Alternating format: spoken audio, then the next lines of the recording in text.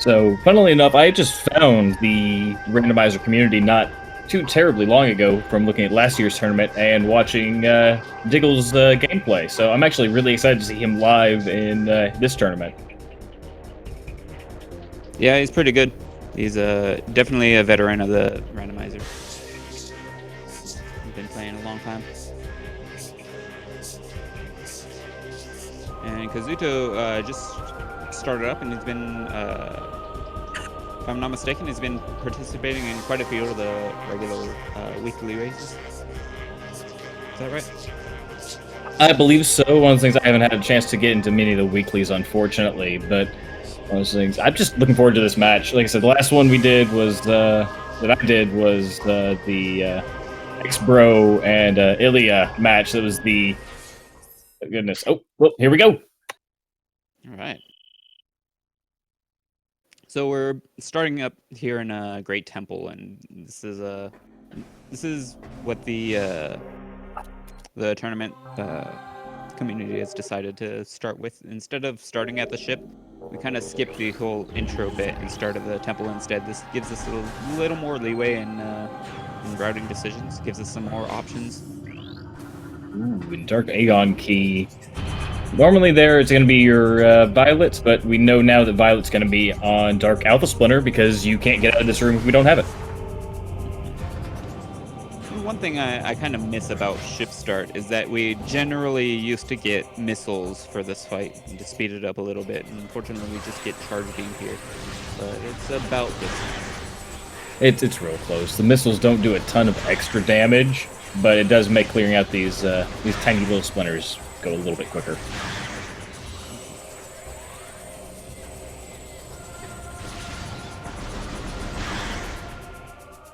And Diggle losing that last one there for a second. Wanted to hide from him.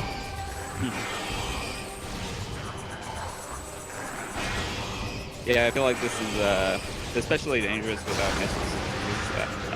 Some people actually go for a strat where they take damage on purpose while firing a charge beam, and it allows them to fire a little bit faster. I'm not exactly sure how that works. I was playing with it, and I have no idea if I was doing it right. It does involve taking damage, and that's a bit risky. I'm not entirely certain how it works either, but every time you get hit by a headbutt from that Dark Alpha Splinter, it's 20 health, so it's definitely more of a up-close and personal play. If it speeds up a little bit, but just think, how much does it speed up if you die?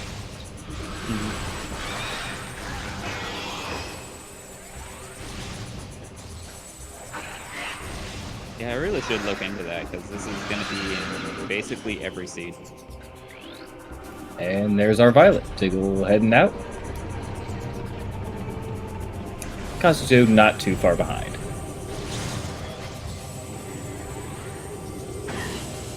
And I already mispronounced it. His name is Kazuto.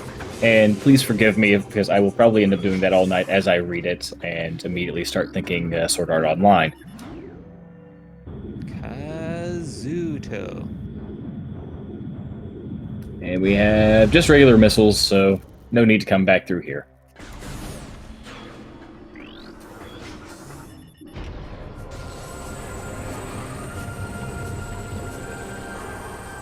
So one of the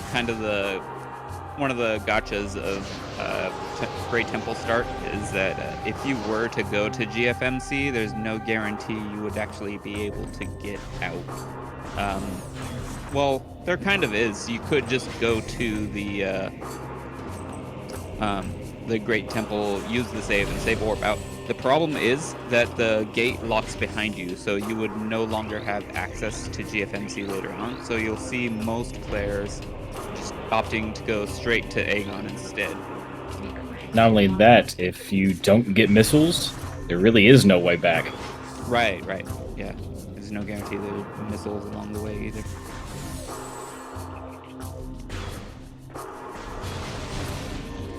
First main safe item is going to be right here.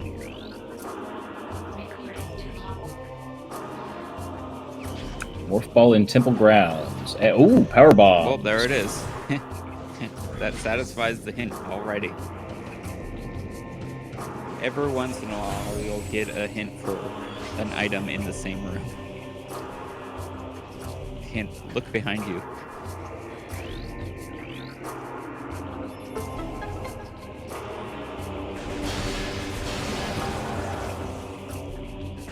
So Diggle is taking this opportunity with power bombs. He will have a way back out of GFMC when he goes there. So he's gonna be getting quite a few power bomb unlocked checks here.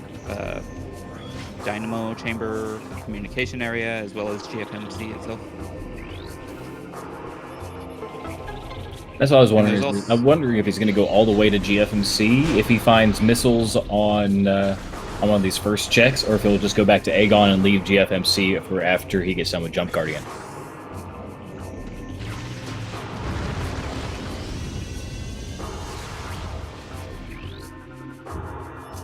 Just dark ammo there. The more junk you find, the more you have to commit, right? You gotta find something to make the trip worth it. It's that whole sunk cost fallacy. So there is a trick to actually get up here. This might be on intermediate, actually, but you can simply jump on that little piece of wall, that little piece of fence sticking out of the wall. Ooh, and jump over the rubble. Fantastic pickup.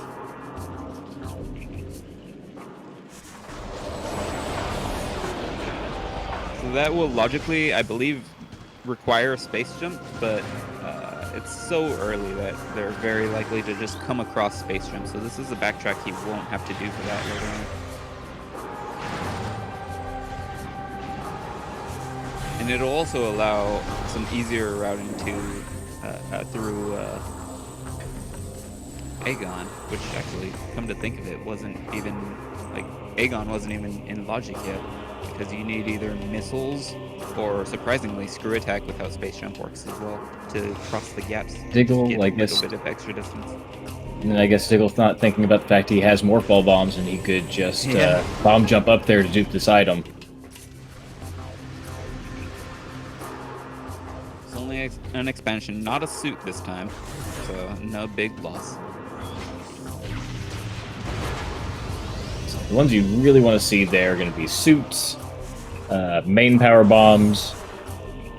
Even a missile would be nice. It would allow a check in storage B coming up, which they can't access right now. Or they could even go all the way up to the save station in Temple Transport A and get an item there.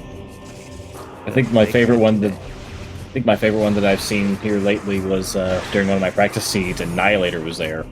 Nice. So duping that gives you double the ammo for both sides. I once saw Captain MD get, I think it was Annihilator there, and there was Sonic Boom on the ship. Oh, the good. Other way around.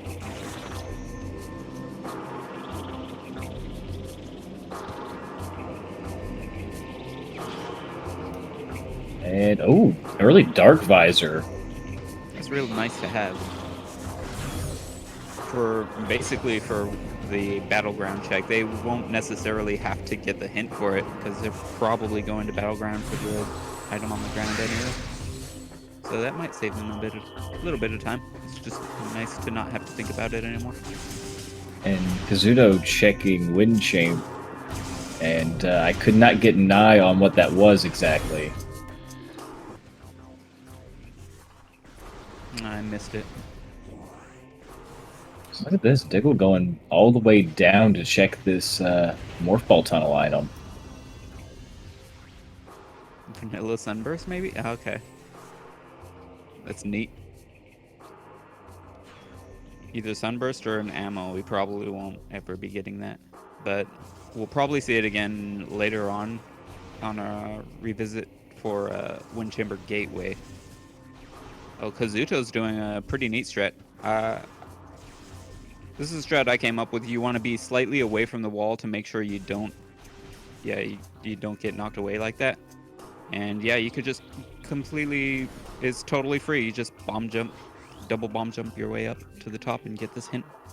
I don't think I've seen that one. That was super clever. Missile-related upgrade. Unfortunately, it's hardly ever relevant because you usually come back through here with space jump, but it's fun. Yeah, I admit I'm hoping just a little bit that's Seekers. When I found it, it was a new thing, so it was the best thing ever, right? Oh, absolutely. kind of knew in the back of my head it was pointless, but okay. Hey, for room rando logic, whenever that exists.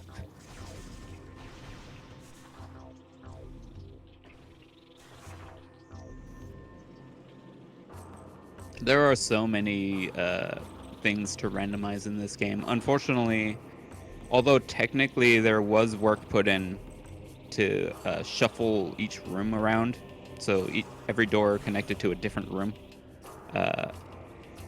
I'm sure that was a lot of work, but there was no logic involved to it. So that it was actually wound up being removed from the option pool. It was never like a formal option. It was just something you could select if you generated seeds through console command. But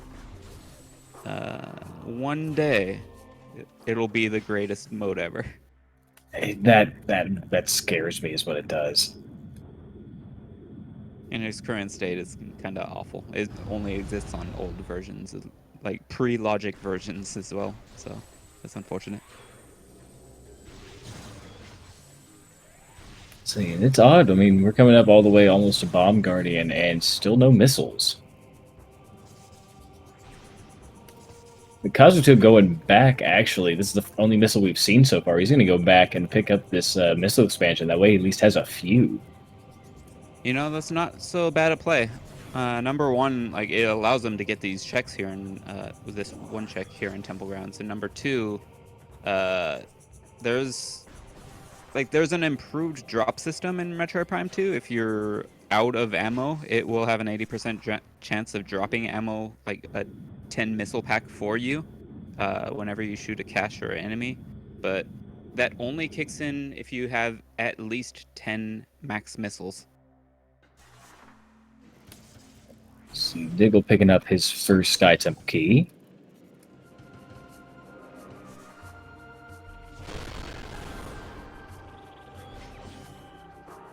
And behind the missile lock door, more missiles.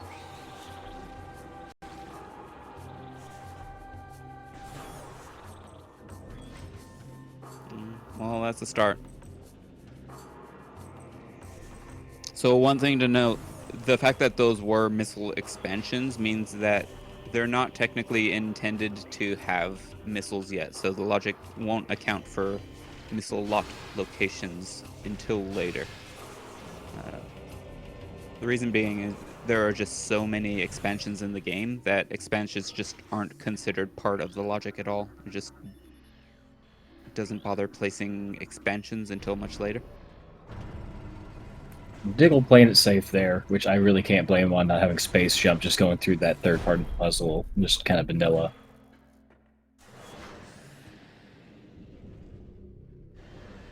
Yeah, it's fairly common because you can stand on the outside of the spider ball tracks, but some parts of the tracks just don't let you stand on them. Like there's that first section that you can jump to on the left side, and then the later section you could jump to on the right side. But if you kind of jump in the middle, you'll just fall down. I'm bad at that jump even with with the space jump, so I just go through it normal every time. Mm-hmm. And there's also a risk if you try to place a bomb, like while you're rolling off of the edge that you're standing on. Sometimes the bomb will hit the wall on the other side of the bomb debris and won't destroy it.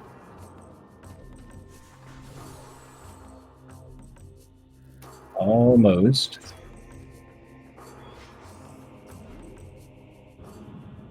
See, question in chat from Lightning Strike Mart. Hardest trick in Echoes to pull off. Yikes.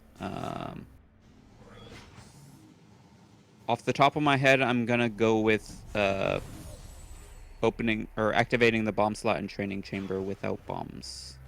Apparently, it's a ridiculously finicky wall boost into the bomb slot. So with boost ball, you can bounce like off of corners and then just kind of pop up in the air, and you can use that to like in place of a bomb jump in a lot of cases.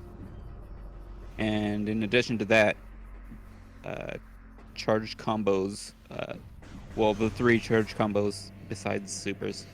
The Dark Burst, Sonic Boom, and Sunburst can activate bomb slots because echoes. And you just have to have an active Dark Burst or Sonic Boom hitbox while wall boosting into the slot. It's something that was only recently solved. Like, we knew about other bomb slots that's been in Logic for like a year, but... Well, not a year. Like, probably 6 months or something like that. But only 2 weeks ago or last week or something, that final bomb slot was solved. Or actually managed. Let's see. Let's take a look here. Yep, there we go. Diggle's back. I was afraid that he'd crashed. They may have just been syncing the... But was the timer still going? They might have been syncing the time. Everything locked up. I was afraid his computer crashed for a second. And there's Jump Guardian spawned, and Jump Guardian's dead.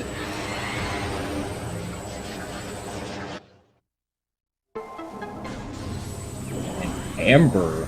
Oh. Yeah, so now that they're past Mining Station A, I'm finally wondering what was at the top.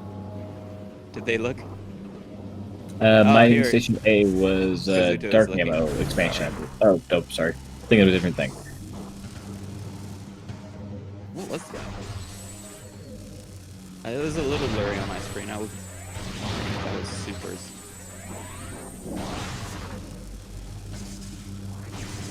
Okay, so that Amber will let him check the sand cache on his way back.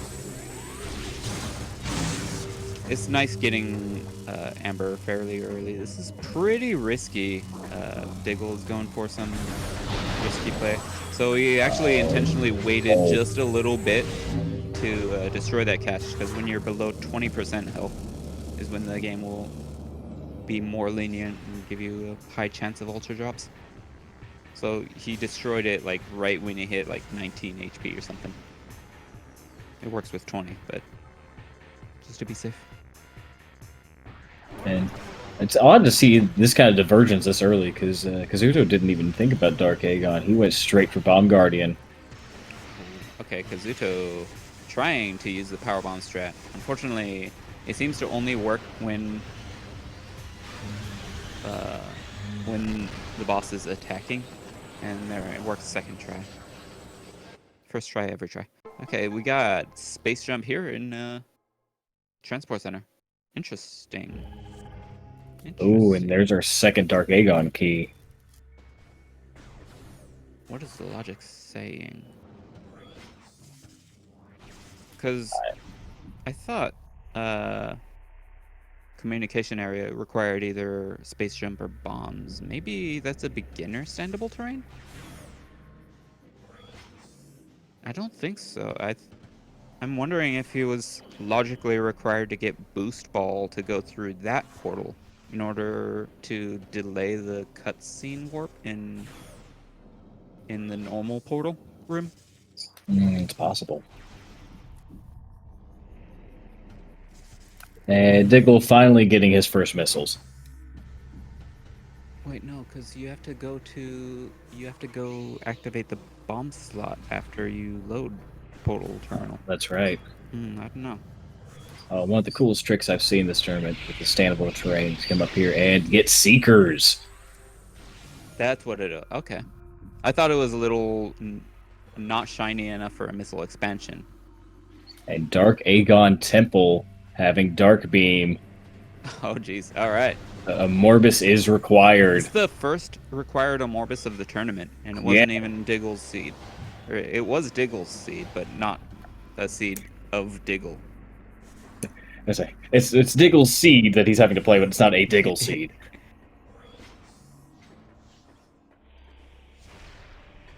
Of course, we know that energy controller here only has some light ammo.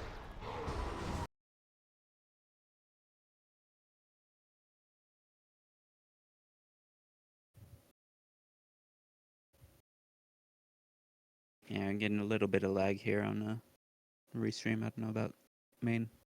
Yeah, I am as well. So, yeah, we're gonna need to find 3 Aegon keys. We found 2 so far.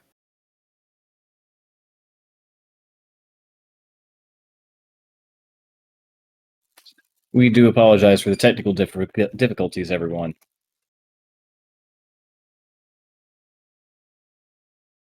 Thankfully, oh, we have not seen this hint yet.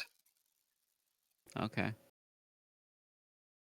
Dark Torvus keys. I think that was in 3 separate areas. It's good to know.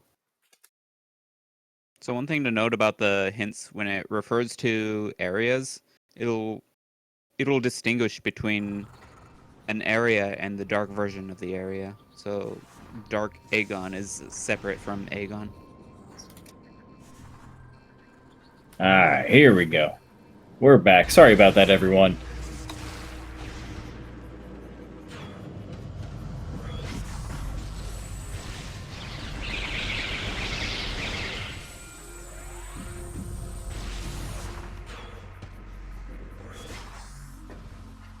And yeah, the seeds for each match are rolled like shortly before said matches and given out to the players like about 10 minutes before the match starts. So there's no chance of like prior information. No, you don't get to practice your seed. Whole point of Randomizer is not knowing what the heck's going on. Mm-hmm. And Chick is dead. Oh. Was seeing a Morbus. I was really hoping for a full boss, but no Chica this time.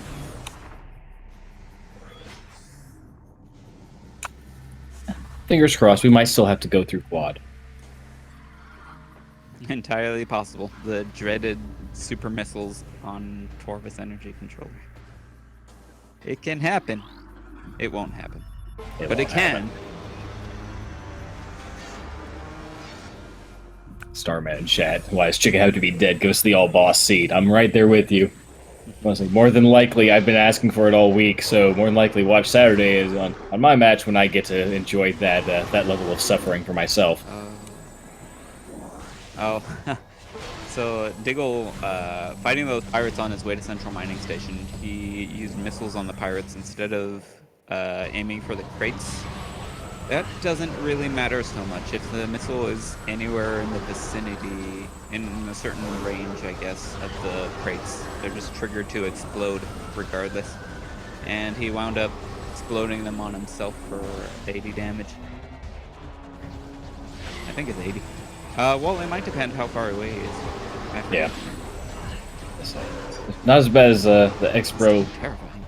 Not as bad as X-Bro the other night, where went through in Dark Torvus, shot a Dark Beam door, shot another Dark Beam at like 10 HP, and turned off a safe zone. Oh yeah, that was classic. That was terrifying.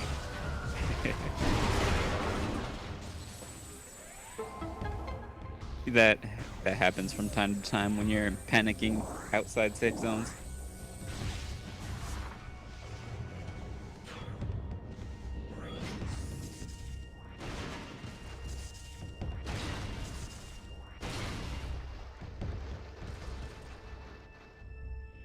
So Diggle on his way to check out Command Center. Oh, nice. I see. Okay, so the seeds kind of get rolled at some point in time, and then they're given out later.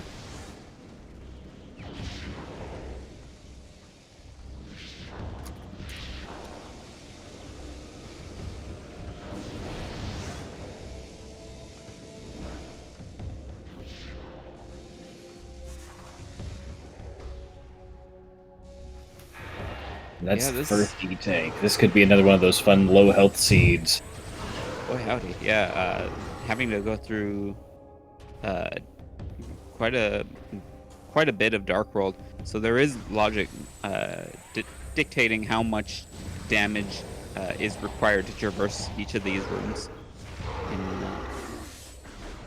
in the Dark World, because you take constant damage, and it just assumes the normal 6 damage per second with Varia Suit and 1.2 with Dark Suit. There's some leeway in higher difficulty settings. If you have screw attack, you can use that to only take 2 damage per second. But for the most part, everything's been mapped out from safe zone to safe zone. In fact, there was an issue recently that brought up that you're logically required to have Power Beam, Light Beam, or Annihilator Beam to activate safe zones, regardless of how much damage is required. Yeah, I was thinking about that earlier with 2.4 having randomized beams. How is that going to work for dark play?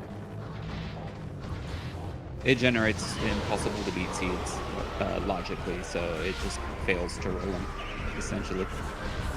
That's true. You just are not able to cross rooms because you can't activate the safe zones. It's just a minor flaw currently, but it'll be looked into later.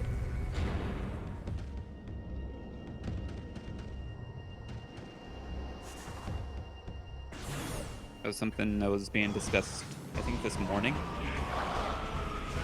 Because someone was actually trying to do that. They were starting in Dark Aegon with just Dark Beam. Oh. Or trying to, and it was just failing to roll seeds. So Kazuto is taking his anger out on this piece of air right in front of the statue here. Specifically that part of the air. And hopefully he'll be rewarded for his frustration. And yes. Here's the boss fight. This boss like dies in 2 hits. So easiest fight in the game. I don't even know. it. I don't even know why they put it in like that. Yeah, so weird. Just has no health. For those of you that don't actually know about that, Jump Guardian, whenever it spawns, whenever you run into the room, kind of like Harry Potter in the invisibility cloak, it's there, it's waiting, you just can't see it. Its hitbox loads, you can unload on it, and then as soon as you actually jump down and start the fight, it's at 1 HP, pop it with a couple of power beam shots, and you're golden. Mm-hmm.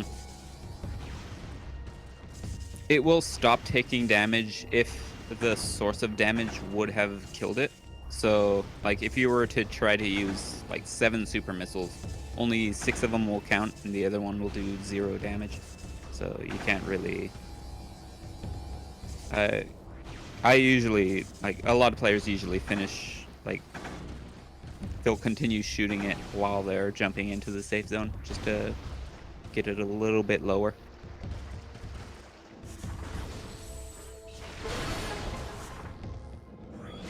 And Diggle going for the Dark Samus 1.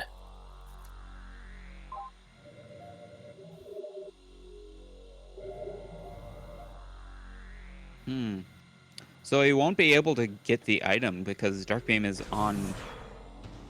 Dark Beam's on a Morbus. On a Morbus. So there is technically a way, but he would need Spider to get to the Luminoff to be able to jump out of bounds. Okay, he's doing the I love this other trick. method of sand processing. So you can jump on either one of these turrets and you kind of stick there in morph ball form if you're like on just the right part of the cannon of the turret. And in this particular case, you can bomb jump up onto that standable ledge there. It's pretty tiny, pretty finicky. And he pulls it off second try. Very nicely done. And Kazuto getting his hint that a Morbus is required. Yep. So I personally prefer the other turret just because you can bomb jump immediately to the ledge you want to go to. But it is further away, so it is harder to get onto the turret. Other people prefer just jumping directly behind them and then making a more difficult bomb jump to get on the standable ledge.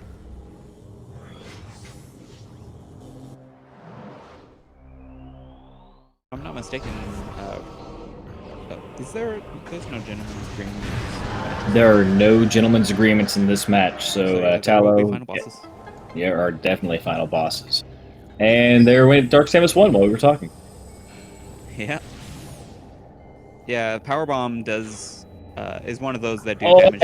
Oh, oh. interesting.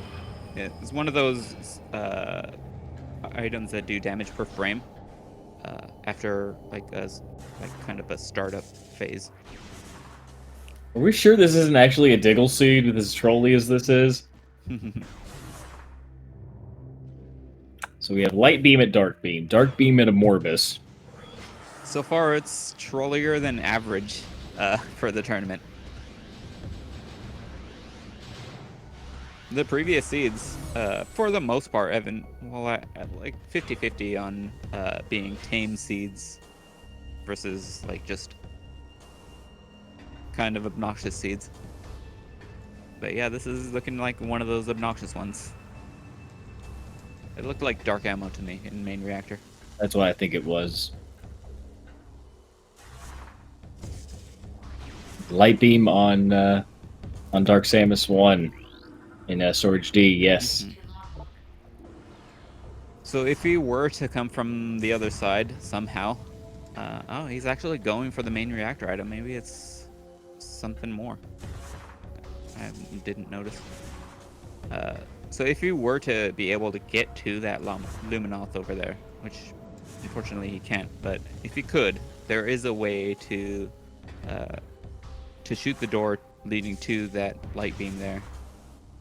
And you can ceiling warp into the room without transitioning it, and then open the door from the other side as you approach it. So that there's technically a way, it's just not this seed. And it's got to be something, at least decently important, because I don't know if Diggle would be wasting this much time trying to grab it if it wasn't. Yeah, I should hope so. So this is a pretty tricky roll jump. You need to kind of like this is one instance where you can't just scan dash to the ledge. You actually have to roll jump because you're rolling down off of the ledge to avoid hitting the ceiling too early. Because there's like collision just jutting down from the ceiling, and it'll just block you off. But if you do a roll jump, then you could bonk against the ceiling and then do another jump to actually reach the ledge where the Luminoth is sitting on. And from there, he's going to want to do a slope jump off of the arm of the Luminoth to get onto the fence and hop across and roll into the tunnel. So what I'm hearing out of all of that Here is we go. Exceptionally Right.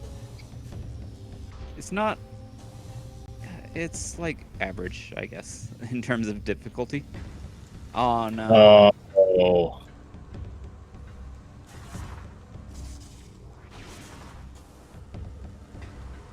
There are a couple ways to get on top of this canister as well. Like, he's going for these unexploded canisters on, like, diagonally from this middle one. There is a nozzle on one particular side of the central one that you can jump on top of with a 2 BSJ. I think it's possible with a 1 BSJ if you're really... And Diggle, in a fit of frustration, taking it out on the wall and saying, "I'll come back for this later." That's unfortunate.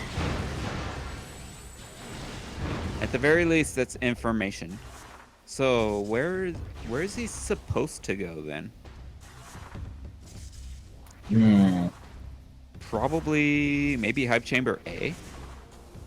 Possibly. Let's see. We have Violet and Amber. Oh, we have not done Dark Missile Trooper yet. Okay. I don't think he's done the missile check in Temple Grounds either. No. The missile door, which is just a missile. No, his first missiles were behind Amber Translator. So Amorbus just needs one more temple key, which is probably... Oh, you know what? He has Dark Visor and Seekers. He could actually go to the save station in Great Temple. Temple Transport A. That's true. Probably there. I totally forgot about that. Yeah. Of course, you could go there even before that. It just wouldn't be in logic until you had Dark and either. Spider Ball. You logically need Spider Ball to get Mining Station A for Seeker Launcher, actually. So, Yeah, actually, the way he's going wouldn't be logical either until he found either Emerald or Spider. yep. Kazuto getting that space jump hint. Thanks, game.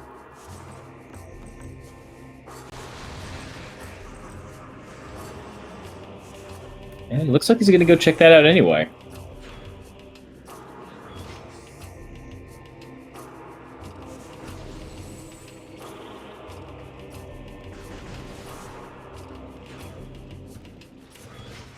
Because logically, we couldn't get to Torvis without supers, if I remember correctly. Right. Either supers or some way to activate the portals on both sides, in both worlds. Oh, we haven't checked ship yet either. And in Dark Suit. Yeah. Okay. Okay, this is Oh, the there's our spider ball spider. that gets them logical access to Seekers, which gets them logical access here to through this missile door and down this tunnel. The only way back is either Emerald by going forward or Dark Visor and Seekers to open that wall up to let them back. Yeah, without Dark Suit, only one E-Tank, he's definitely going to opt for the save station instead of phase on grounds, which is technically possible. But This is a much safer play, especially after burning a little bit of time trying to do that that roll. I saw jump Captain into- yesterday starting to veer towards that that portal and second guessing. Yeah, there's that key. There it is. There we go. Beam is available. He's probably feeling bad about trying that trick for a while and having to give up on it, but currently it's looking like he's in the lead. Kazuto is he fought Dark Missile Trooper for an Ing Hive key and says no, put it back. And he's resetting. At least we know what's on Dark Missile Trooper. Nothing.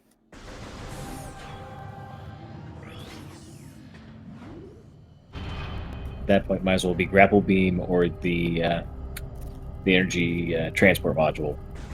So brought up in the chat, a Morbus without Light Beam or Supers, a lot of players will kind of frown upon. However, Seekers are actually really effective, about as effective as the other two. Depending on how you use them, they can be equally so. Yeah, let's say super missiles are 6 missiles worth of damage. Seekers block all 5. It's at least 5 at the same time. So it's a little 1 missile per shot slower, and you lose the damage out of 1, but that's okay. But it's enough to destroy each of them in one volley. It's I believe 150 HP per worm, and 5 missiles is 150 damage. And the Seekers actually can target the worms from underground before they even pop out. So you could actually use Seekers also to seek the worms to find out where they are as well. I'm just going to go ahead and say I don't know what that slope jump was there, Diggle, but it may have been faster to just go bombs. Interesting. I can honestly say I've never tried that one, I think, for that reason. Oh, and Diggle's going to go back and check Dark Missile Trooper while he's here. Yeah, Kirby was a big supporter of using Seekers on Morbus in the first tournament. Because a lot of people complain about how the Seekers are useless and they're just a tool to unlock doors and stuff, but it's absolutely not true. They actually are very handy for combat. It's just you have so many powerful tools for combat already, normally. Let's go ahead and be fair, they're more useful for combat most of the time than they are for actually opening doors. Absolutely.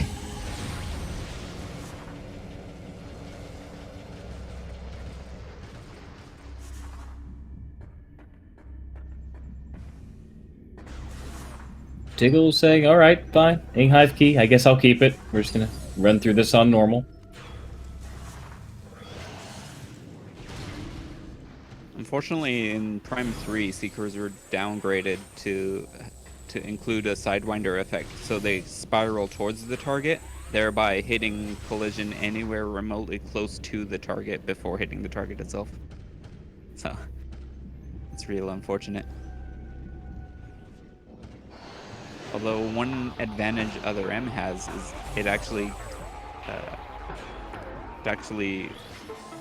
fires directly to the target, just in a straight line, so it actually is effective in that game. Do we talk about Other M now?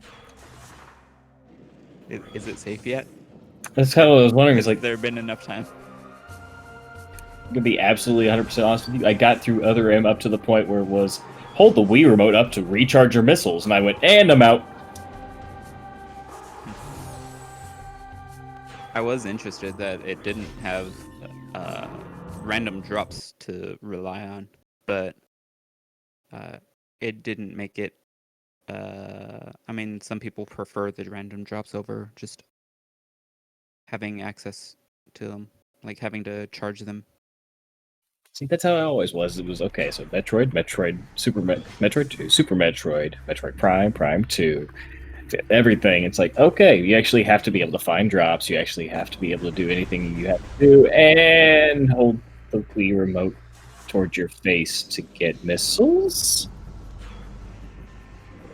Okay, In a specific direction that changes from person to person. Exactly. Starman bringing up a good point. Kazuto has not gotten his Seekers yet. Hopefully he remembers to grab those on his way by.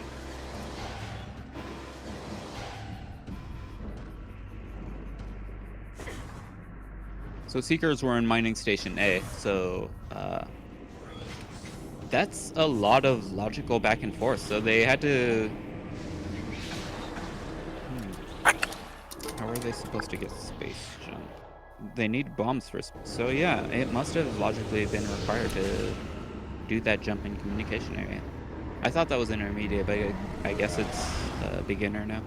Or always has been. I don't know. I get things mixed up sometimes. Okay, Interslide saying that they checked and it is beginner. Cool, thank you. I've actually combed over the a lot of the logic, and you would think I would know these things, but actually they kind of run together. And I've only been doing this for a few months, so I will absolutely take your word on it and back you 100%. And that way, if you're wrong, then we're both wrong. Appreciate it, I guess. Alright, so it's worm time with only one E-Tank and Various suit. This is actually risky. This is one of the few times where a Morbus is dangerous.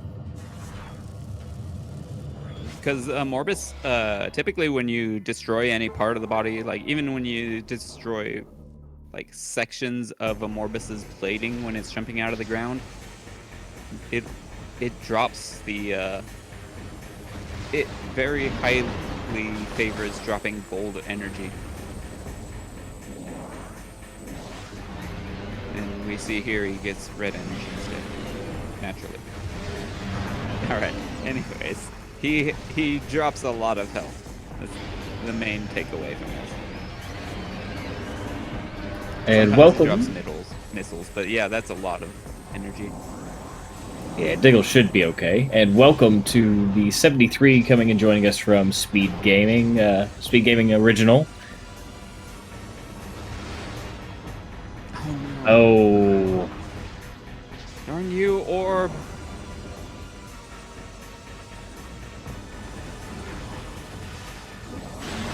There we go.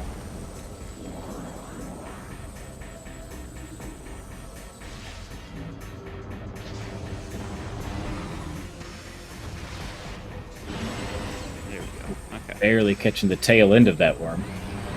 I think the worst deficiency in Diggle's inventory is boost ball, because there is a way to actually skip the third worm. Not in the third phase, but in the second phase, if you boost into the second worm's mouth,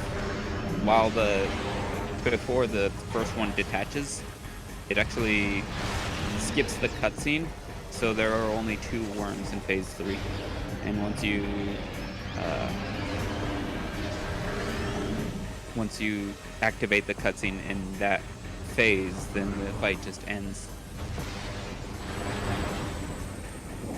Just have to be very, very careful about doing that accidentally whenever you go through it the second time, because if you worm skip the second time, you soft lock the game.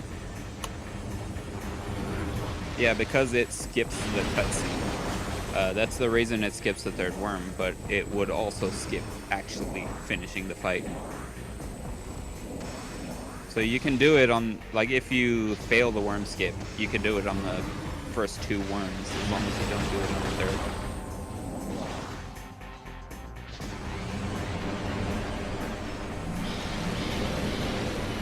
There we go. Gonna see a worm rave?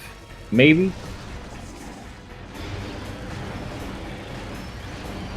And with Light Beam, you don't even need a full charge. Like, I think only 4 Light Beam shots is enough for each worm head. 40 damage, whereas missiles are 30. And taking out that second worm, no problem. So, no worm rave for Diggle tonight. Okay. And it makes it through with only the 1 E-tank. Very nicely done. You gotta play it a little bit conservatively, because if you're a little too careless, you just straight up, you get knocked around so fast. And there's a nifty little trick where if you shoot one of our light crystals with Dark Beam, it increases the height of it by just enough pixels where you can jump on the top of it and jump out of that room without having to go and deal with the energy controller and everything else. 20% chance to not get the gold refill. He gets a purple refill, which adds to his health pool, whether he collects it or not. And it actually, the next one wasn't even in consideration for the nice health drops.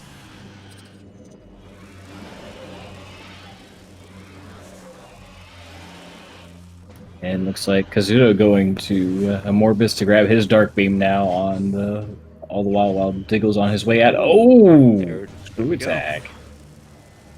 So Dark Beam already unlocking Screw Attack and Light Beam this dude. And Screw Attack is real nice because now he's only taking 2 damage per second when in Screw Attack form.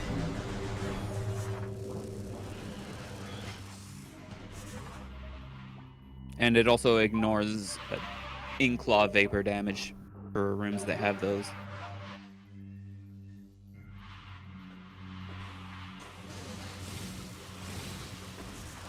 Of course, once you land, there's nothing that can be done. You're back to various suit. And I was almost wondering if Diggle was going to warp back, but then I thought, oh no, Light Beam is right there at Dark Samus 1 in Storage D, so there's 0 reason to do that where you just have to backtrack all the way to get Light Beam. We'll also see what's so special in Main Reactor. Ooh. Yeah, because we have Spider now. You're right.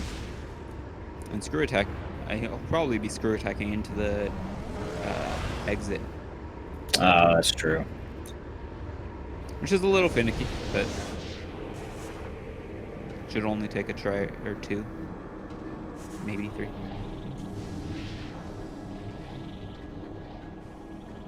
I'm totally not commentator cursing. No, we would never. We would.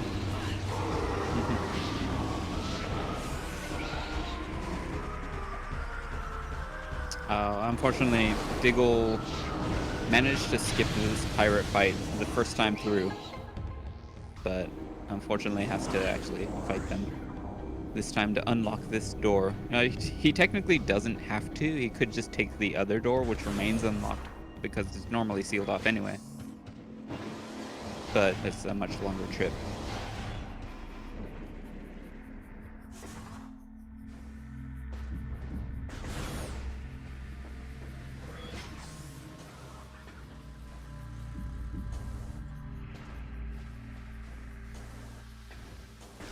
Light Beam and Spider Ball will get him instant access to Ventilation Area A, and Screw Attack will get him to... Screw Attack and the main Power Bombs will get him access to Sand Canyon's item. That's true. Or Sanctuary. Oh. And Kazuto at least giving us what people want. A nice, healthy Worm Rave. Oh no.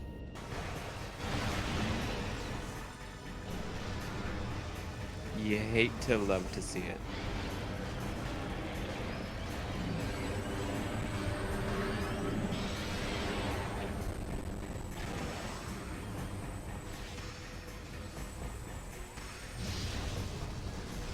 Just a cheeseburger here, but no reason not to pick it up. Sure.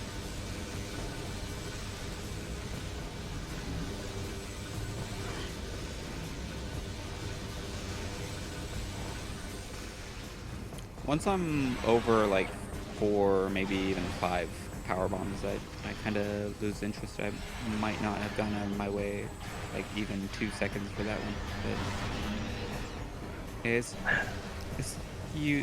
they're very handy tools. See, I'm greedy. I'm bad about that. Of if I see it, I'm picking it up. I mean, it gets to a certain point with missiles where honestly, probably it took some shouldn't. getting used to. It took some training to get myself to stop. To get myself to save those few seconds. And honestly, in randomizer races, the difference is rarely less than like a minute. And Diggle's back. Oh, that was beautiful. And Cobalts. No wonder he was trying to get that. Oh, that's why it was so hard to see. I was wondering, because it looked kind of dark on first glance.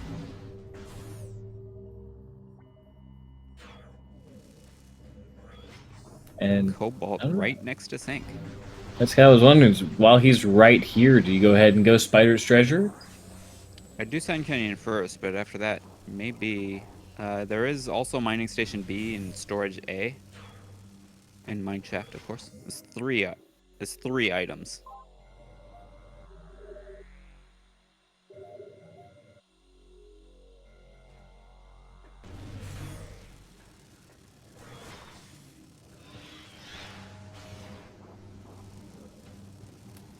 Well, causing a little bit more going. property damage, but why not? He's opting for Sink first. This is kind of a toss-up, because, yeah, there's 3 items on the other side of Sand Canyon. But, there's all of Sanctuary to look into as well. We'll see if which one pays out. Oh yeah, you have 3 items right here at Spider too. So It's true.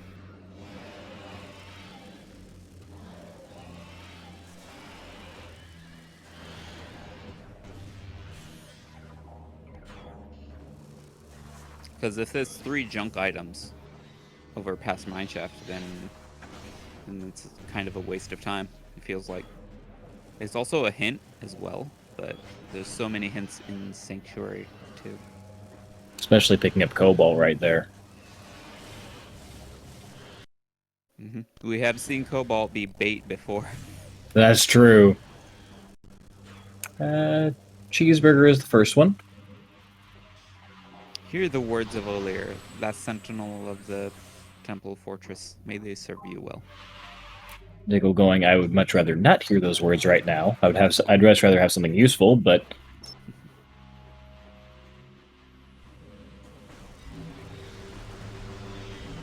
Only 1 E-Tank. He may opt for Hazen Cliff, but that's pretty dangerous. He can't opt for Hazen Cliff quite yet.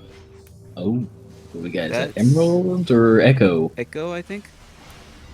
That is really risky. I don't think he's gonna get it right now.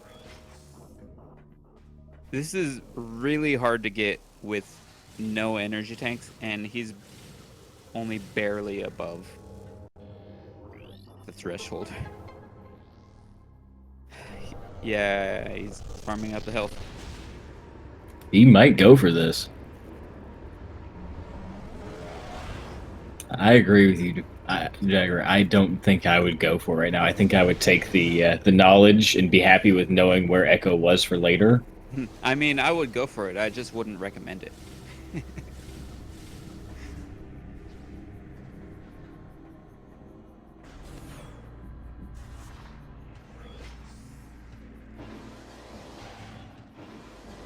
Okay, he now has enough logically for Hazencliff.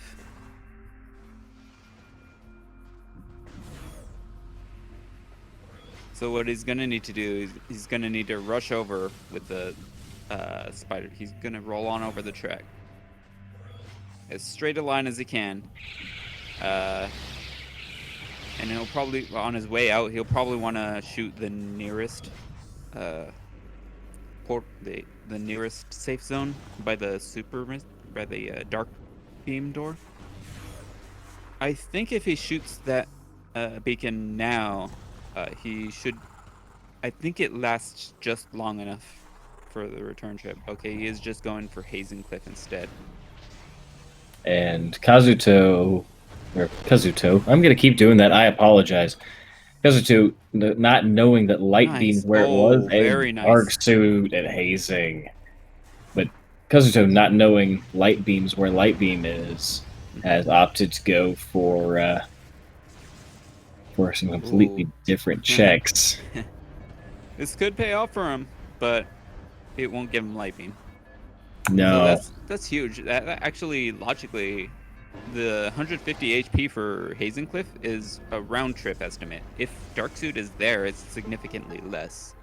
and that is Echo. So far, Spider's Treasure definitely paying off this trip. Oh, and Kazuto getting the hint right there for the suit we just saw. So not only does Echo put this Hive Gyro into logic, but also he has the Dark Visor and Seekers for a shortcut back to the Light World. Things are really coming up for Diggle here. Oh, he wasn't quite Diggle, you close have enough to 3 the ledge. missiles. Nice try, Diggle.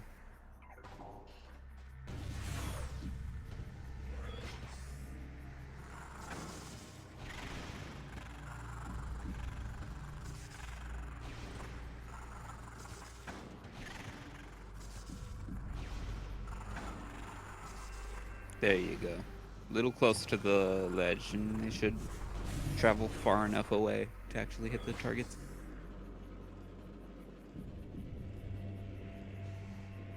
And for some reason, Kazuto skipping the most Oh OP no. item of the game there at Mineshaft being Grapple Beam.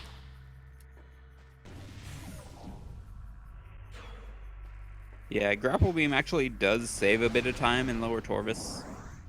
And I think there's one other place, but oh, Abandoned Worksite. Yeah, Abandoned Worksite is just really nice to have Grapple. No matter what other movement items you have, Grapple is the best way to get through it. That's By far fair. the easiest and definitely the fastest. But it might not be worth the 10-second trip or so. Or I guess in that case it would be like, well, if he had gotten it on the way to the mining station B, it would Is that have been less. gravity boost? Okay, I was almost about to say, is that going to be another Spider Guardian required? But as of right now, no. It couldn't be Boost Ball, unless Boost Ball's not required at all. I was thinking SDK. Oh, okay. Interesting. So look, yeah, he is going for it.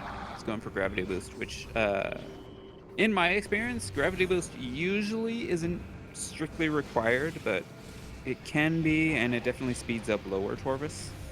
Oh, that was Lower Torvis has even seen this seed. But beautifully done. yeah, first tried it.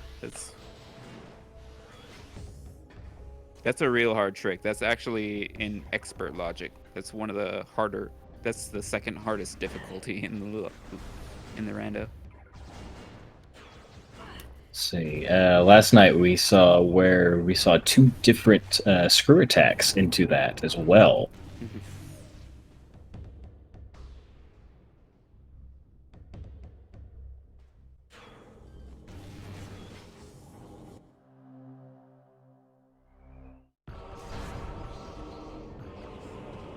You know, sometimes I kind of wonder, like, we see this one expert trick so often in tournaments just because of how massively useful it is. I kind of wonder if we'll ever see a hyper mode trick in the tournament. Just because the philosophy for hyper mode is basically it's technically possible, but nobody ever wants to do them.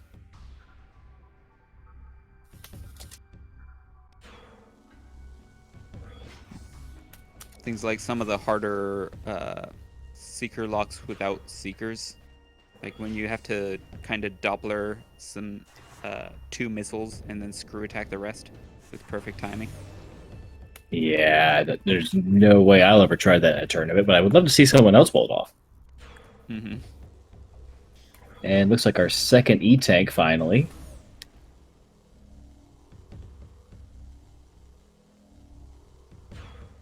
And while we were watching that, Kazuto finally being able to go grab his light beam. Mm-hmm. Yeah, out of bounds technically isn't even part of logic, with the exception of a few single room out of bounds. But it varies so much how difficult the out of bounds is. A lot of them are fairly simple. It's just they take a lot of learning. Good news with that hit, Dark Visor is at Temple Grounds. Yeah.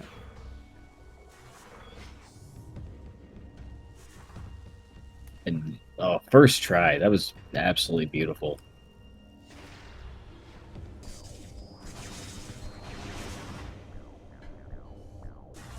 It's a little known fact of that glass in main reactor that you have to break for the item. We used to always use missiles, but it turns out it's vulnerable to 2 power beam shots uncharged.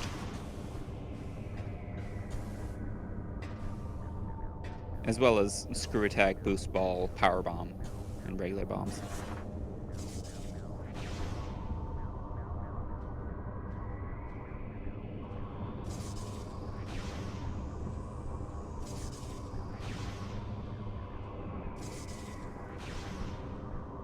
So kind of looking for supers for hints. I'm not so sure. We may not need anything else. it's true. We may not need boost ball. Be nice to have a go fast item, but of course, Annihilator would be great for phase 1 of Amber Ring, but not necessarily required. The only thing logically required absolutely right now is super missiles, and everything else might be required. Emerald is an interesting case. There are a couple Emerald gates in Torvis that lock several items, but those could be skipped with some, I believe, expert level trickery.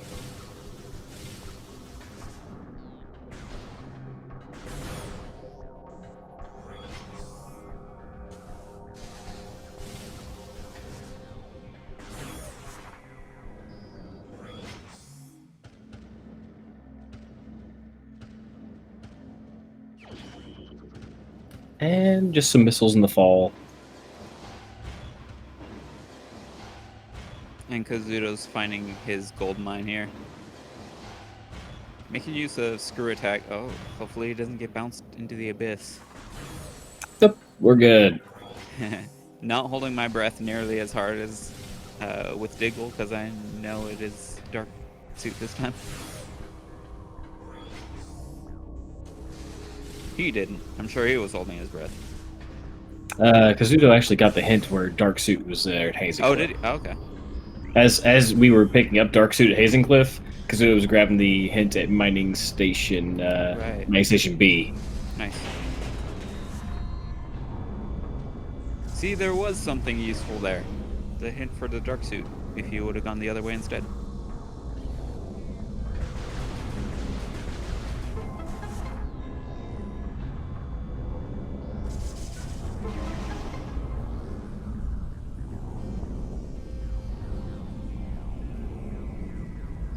And while we have a bit of downtime, be sure to give these runners a follow. They're doing a magnificent job, pulling off some pretty sweet tricks. Doing their best for us, just for our entertainment.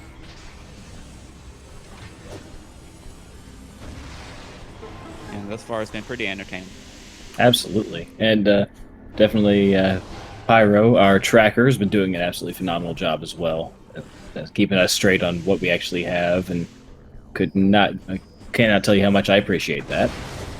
Oh, It's that one one things... scared me.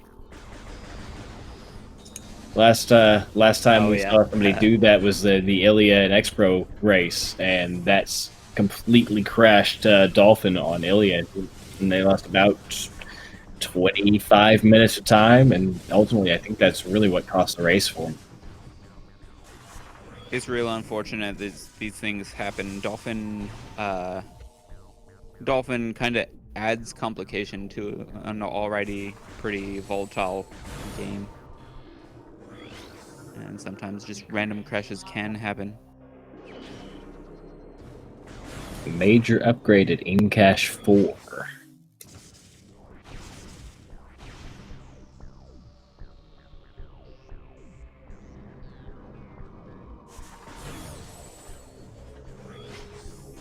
In-Cache 4, that's yeah, that's the screw attack. That's screw attack, yep. I was having to go back over my map of in-cache locations. Yeah, so it's really tricky. For some reason, the naming convention throughout Aegon Waste, it's a thing. So storage A is the room next to mining station B. So storage B is a completely different area altogether. But it does kind of go counterclockwise around the map. So you got storage A, and then the dark beam door in Pirate Labs is B. The super door right past that is storage C, and then the dark beam room, the room you actually get dark beam in, is D. And then the dark version, so in cache 1 is light beam, which corresponds to storage B in the dark world. Makes sense, right? Oh, 100%. And in cache 2 is the annihilator door, corresponds to the super missile storage C. And 3 is the map station, actually, which corresponds to the storage D. Ooh, that's either right. Not map station, ammo station, sorry. If I saw that correctly, that I believe is either going to be our boost ball or our cannonball. Neat. And in cache 4 is just a completely different room altogether. It's a plaza access in a light world. Completely removed from any naming scheming. Therefore, previously, something worse. Basically, the cartographers on Aether had a field day.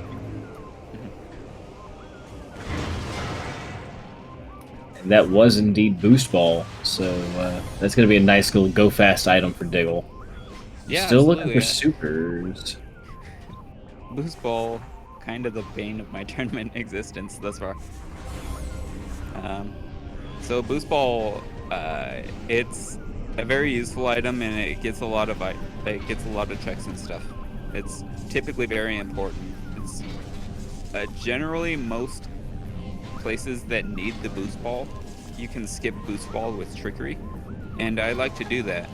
But the problem is that boost ball moves very fast, and you can basically use it all the time. So a lot of times I'll make the conscious decision knowing that progression is locked by boost ball. So I'll skip boost ball and just go slow for the rest of the match. yeah, that it sure is a decision, and something I probably need to work on. And that's Emerald there.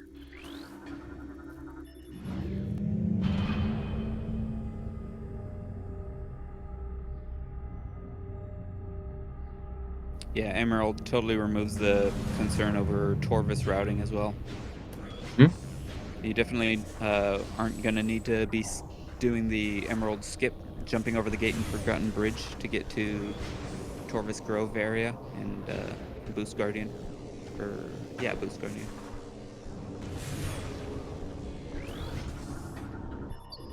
Cheeseburger asking who's technically in the lead.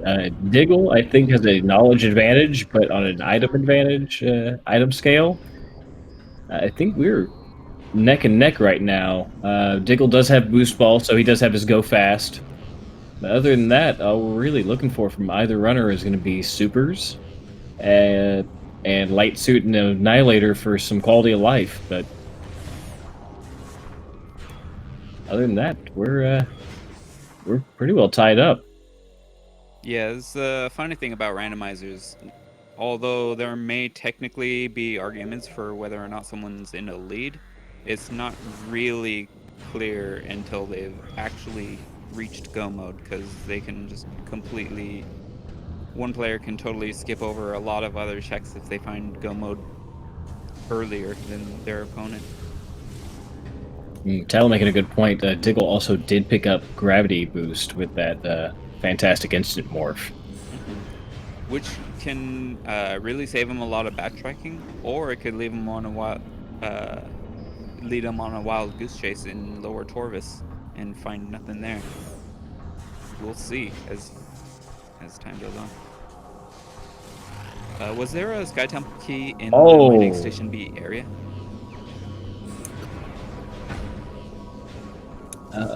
I honestly do not remember. Sorry, I was watching Diggle take care of that BSJ into screw attack into getting Emerald. That was beautiful. Yeah, it's very nicely done. That's one of the like it's kind of a medium level BSJ trick. Like it's definitely not the easiest, but it's fairly reasonable to do. I think technically it only requires a single BSJ, but I always go for a 2 BSJ because it's immensely easier. Gives you immensely more leeway. Although 2 BSJs are technically harder to pull off. They're like in between single and 3 BSJs. You effectively used like the number preceding the BSJ naming convention is in reference to how many bombs you will propel you upward in a single jump, which is different from a double bomb jump where you just place a bomb and then place another bomb in the air, and you kind of just get 2 distinct bomb jumps. They have functional differences that are just really they're very nuanced and hard to tell the difference when you're starting out.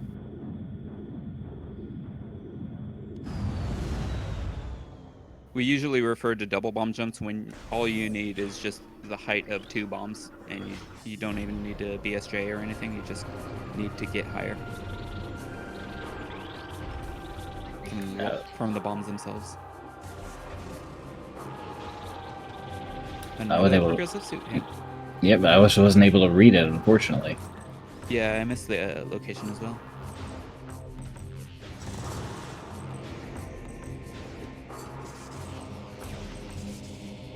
Very helpful hints this seed. There was the dark beam hint. There was the dark suit hint for Kazuto. Diggle didn't need it, but I'm sure that helped Kazuto. And then there's the light suit hint.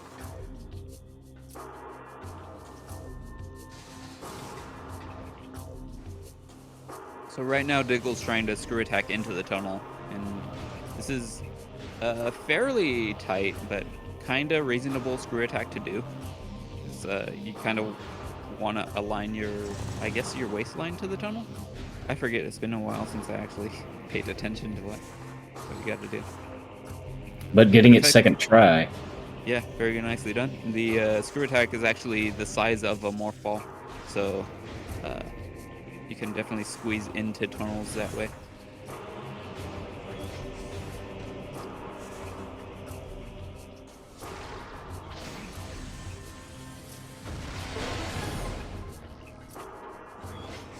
Okay, so chat confirming Suit was at Great Bridge. Ooh. Which is gonna be pretty much just like surrounded by temple keys. And Diggle having to go back so he can boost across these blocks.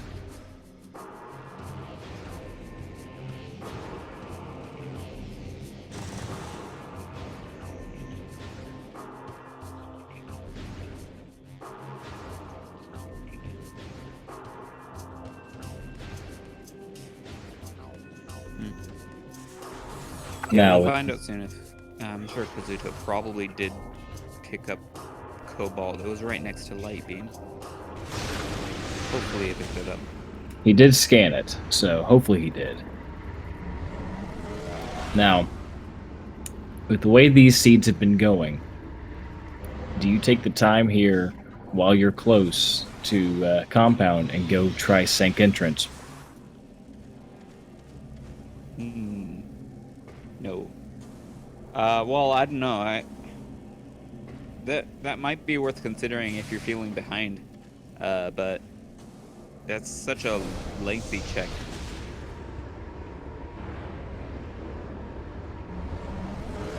It's not something I would recommend unless you need to Hail Mary play.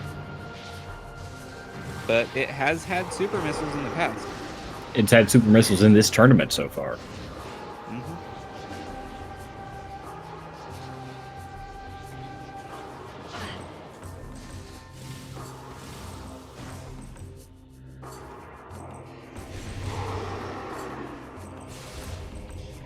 Kazuto go ahead grabbing his boost ball while Diggle decides to become a fashion accessory for a space pirate.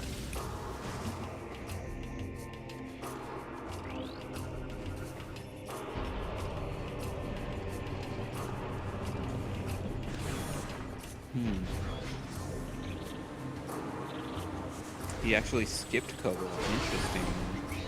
Hopefully that doesn't bite him. Thus far, we don't know if it's strictly required, even if gravity is locked behind it, logically.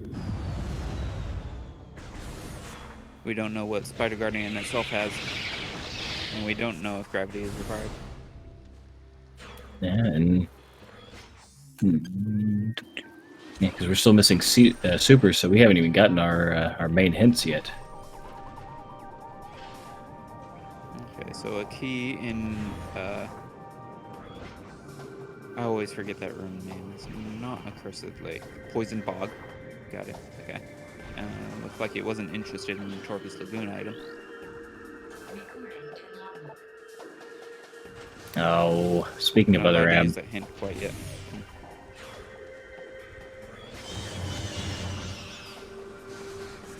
Adam, you rascal.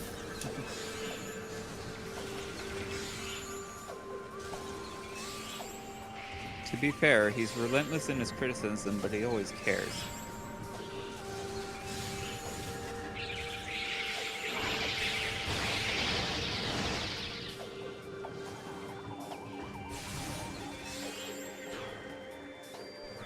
Diggle walking right past his light suit and checking, making sure to check the abandoned worksite first. Oh. Ah, there's our supers. Well, yeah. Oh, wait. Oh, because he doesn't have power bombs. Okay. There are a couple caches in Great Bridge next to one of the doors. But yeah, he didn't have a power bomb, so he wasn't able to get the light suit quite yet.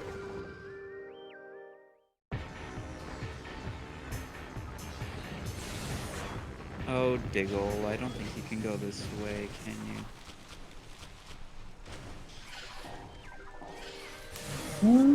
Nice try. No. Yeah, it's one of the reasons. Like, I have to consciously think about how to route a Taurus when I come here, because you need to uh, lower that gate by going through the missile door, and that also gives you a chance to peek an item. But it has kind of forking paths, so you kind of have to choose which ones to go to if you want to go peek one and then back out. Okay, so Usually I'll peek abandoned worksite and then go back through the missile door instead to go all the way through. kind of there's why Kazuto didn't get his Cobalt. He was waiting on Boost Ball. Okay. Okay, that makes sense. And Diggle with our light suit. So, kind of hoping on some light beam required. I would recommend that screw attack into the exit tunnel for main reactor. It's a more lenient one than other screw attacking into tunnels. It's a bit taller gap. So Diggle's gonna save here and then run on over to get those hints. And conveniently, after getting his hints, he could just write them down in Notepad or whatever tool he wants to use. Perfectly fine to take notes when you're playing. Oh, absolutely. Pretty much recommended, especially when he only has one key and he's gonna be getting 8 hints. And then he'll be able to just reset and go straight back to Torvis if he needs to. Which he very likely will. There seem to be a crapload of keys in Torvis in most seeds. Like 5+ Sky Temple keys.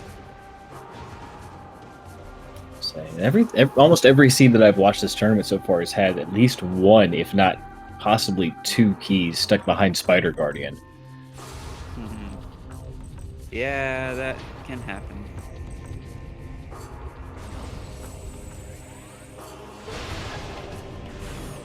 So there is a key in Poison 5.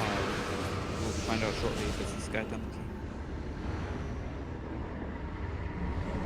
Saying Cheeseburger in chat telling us to watch being all bosses seed. Unfortunately, Chica is dead, so no all bosses seed tonight. We still have the possibility of some Morbus, or not a Morbus, but Quad. It's been a long week, so we can hope for Quad. We can hope for possibly Umos 2 if we're really feeling spiteful, but no Chica tonight.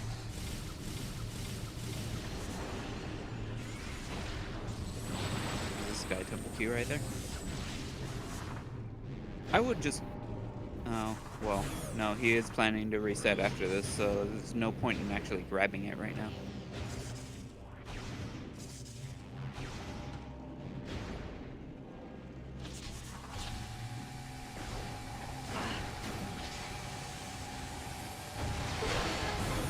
I got my notepad ready. Let's take some notes.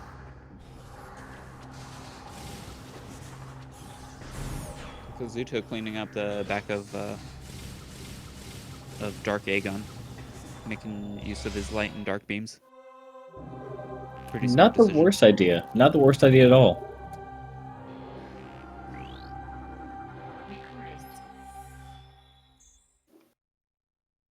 Okay, under temple access.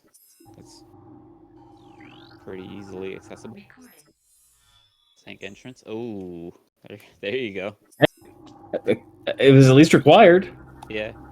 It wouldn't have been. It wouldn't have bit you. Towards the energy controller.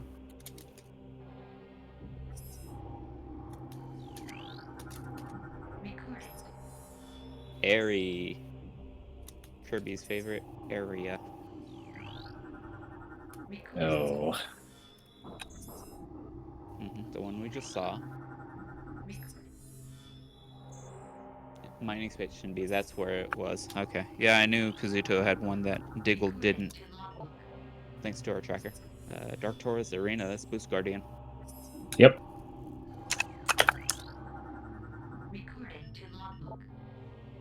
And Dark Oasis requires a trip down to Powerbomb Guardian to get the item from Powerbomb Guardian specifically.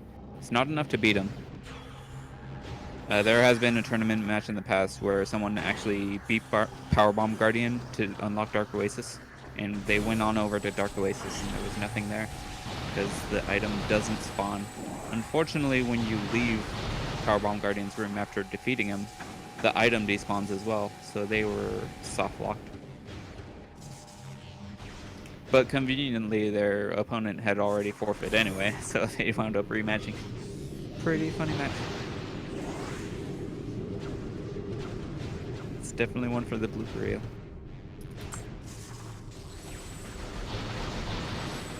Let's see. So, gravity boost. It looks like Spider Guardian wasn't required at all. No, not this time. So right now we've got a +1 to boost Guardian, +1 to... Well, we don't have Annihilator yet, which... Wait, that's true. Is that... Wait, no, that's not required for Harry. No, it's Echo Visor. Yeah, Echo Visor is required for Harry, not Annihilator, so... Yeah, it's totally unnecessary. Neat. Amazing first try, completely pointless. Sorry, Diggle, you completely wasted your time. Well, I've still got to go to Under Temple Access, so... And yeah, around 125 minutes in, Diggle's go mode. I'm surprised he didn't actually save warp. Or, reset. Maybe he didn't write him down? No, he didn't save warp.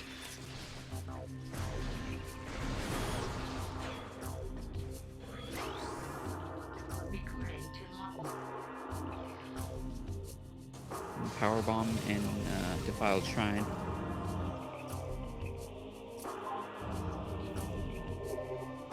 I think I would have reset out of habit. I guess it's not really necessary. The only, like, the nearest one to where he saved would be Under Temple Access, I think. Yeah, Under Temple Access, going into Dark Oasis. Which would have been nice, like, get the key at Under Temple Access and fight Powerbomb Guardian, and then just, you'll be worry-free in Aegon.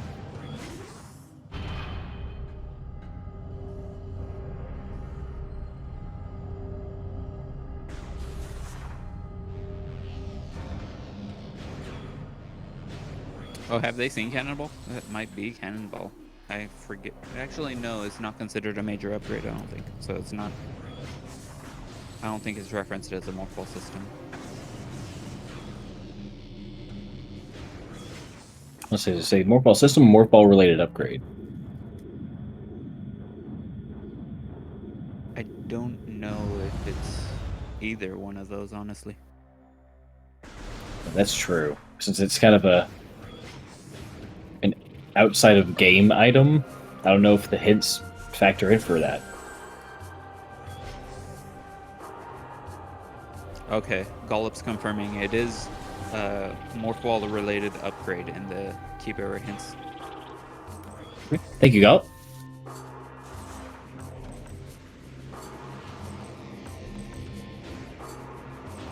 It is technically coded in the game as an item. It's just that there's no message pop up and like it doesn't show up in your inventory.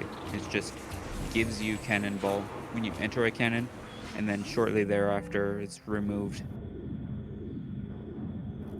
Kazuto trying in vain to activate the Echo Locks, but unfortunately that is not a Sonic system.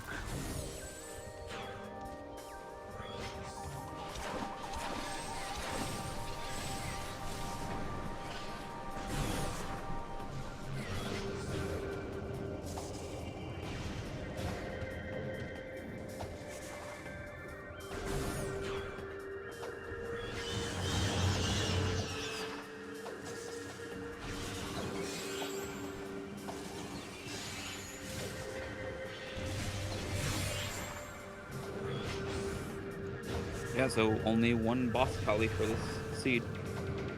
just a Morbus. Well, Well, actually, no, because is Captain Boost counting Guardian, Boost Guardian? Boost Guardian, and Yeah, I guess so.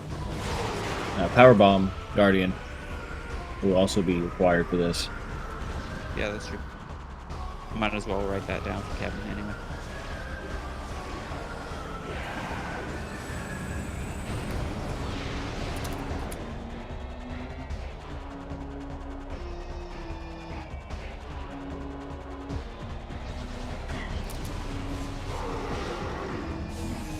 Oh, that's true. That might not actually be Boost Guardian itself. It might just be in the same room as Boost Guardian. That the item up there, Brawler making a very good point. We'll find out soon.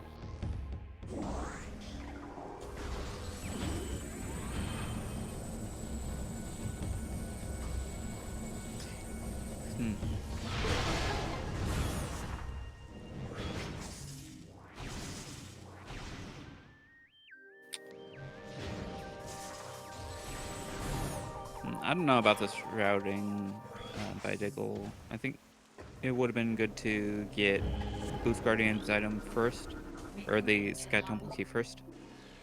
Yeah. I'm wondering what else he thinks he needs. If he's still like looking at hints and stuff. Kazuto, go ahead and do Spider Guardian. Unfortunately, we know there's nothing here that's any kind of useful. I'm kind of wondering if he's mixing up Dark Torvus Arena and Dark Torvus Temple. I've done that a couple times before.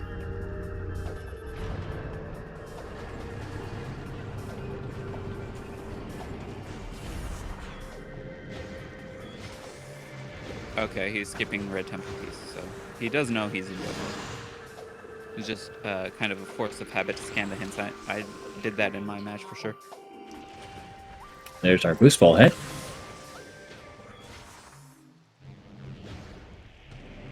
Unless he's looking for something specifically. Maybe Annihilator. He might be looking for Annihilator, just kind of a quality of life. It's true, that would speed up Emperor Ing 1. Well, supers are sufficient. 40 missiles, definitely enough.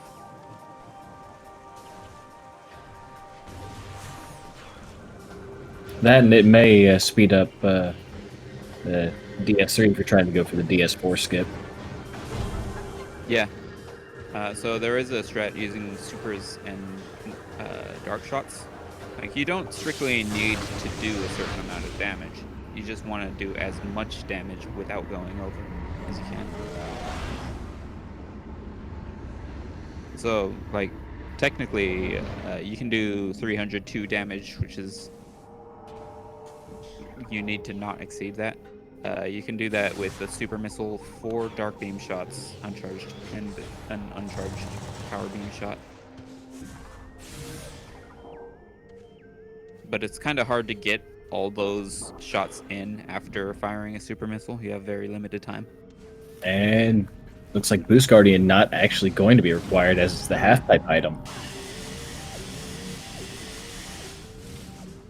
So just Powerbomb Guardian and a Morbus.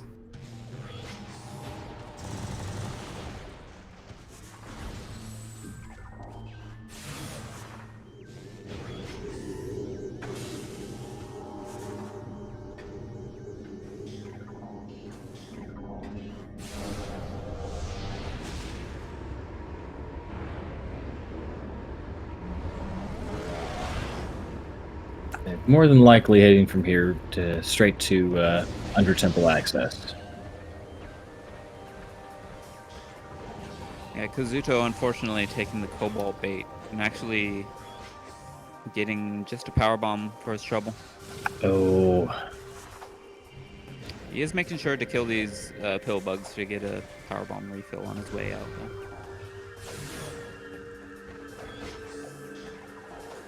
That is true. I mean, recounting DS2 is a required boss at this point since Ares required. Yeah, that's true. That's a good point.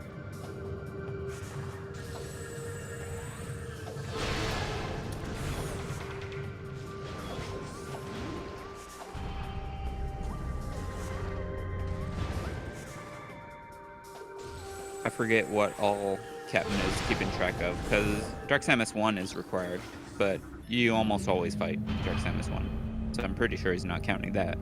Yeah, that one's almost a required fight. Like Bomb Guardian, Dark Missile Trooper is kind of laughable. Jump Guardian you always fight.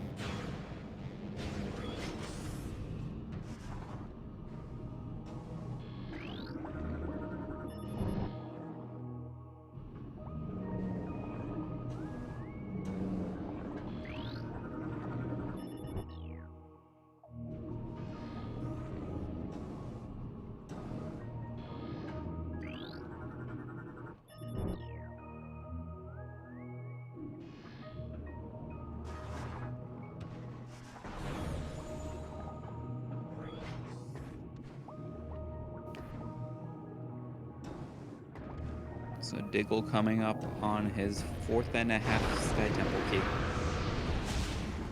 He will, I technically count Powerbomb Guardian's item as half a key, because it is required to get the next key.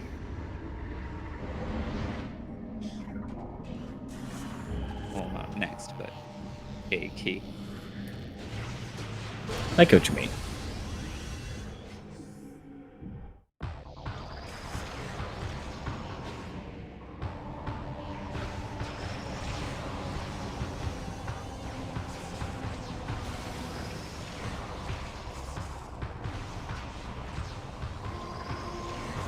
I kind of like that dynamic, how Boost Guardian is a 2-for-1. You get 2 items for 1 boss.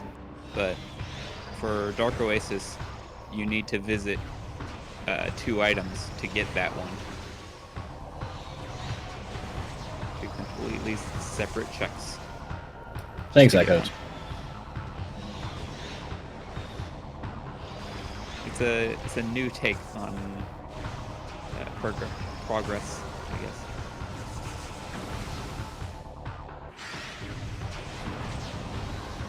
I guess this would be Echo's version of a fetch quest. Right.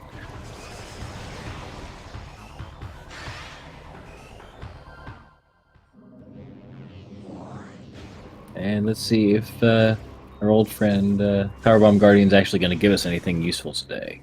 Annihilator? No. Light ammo. Light ammo for the Annihilator you don't have. Unfortunate.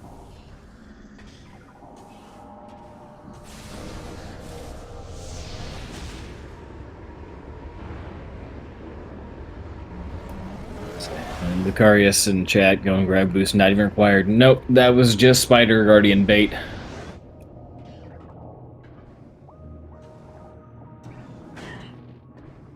I'm hoping one day ammo is going to be part of the logic, because currently, since it's an ammo expansion, it doesn't count towards progression. It's not counted when placing progression items. But there is some logic requiring up to 60 ammo for use of a beam combo. Because you only need 30 to fire like Dark Burst and Sunburst and whatnot, and Sonic Boom. But the problem is, for some particular rooms, you actually you need to do it twice, and sometimes they're just we're kind of future-proofing by thinking of what would happen in Room Rando, like what situations could arise, and if you don't have a way to refill ammo, then, for example, energy controller access rooms, which you rotate the little statue in the middle, you would need to rotate it twice to go to the next room and back. So you would actually need 2 uses of Dark Burst. Same thing about those. I don't think that we've actually picked up a single one of our combos this entire run. We haven't picked up any of them, other than Super Missile, of course, but that's required. Yeah, we may have seen Sunburst in Grand Wind Chaser, but no one's gonna bother getting that. Dark Burst is MIA. as is Sonic Boom.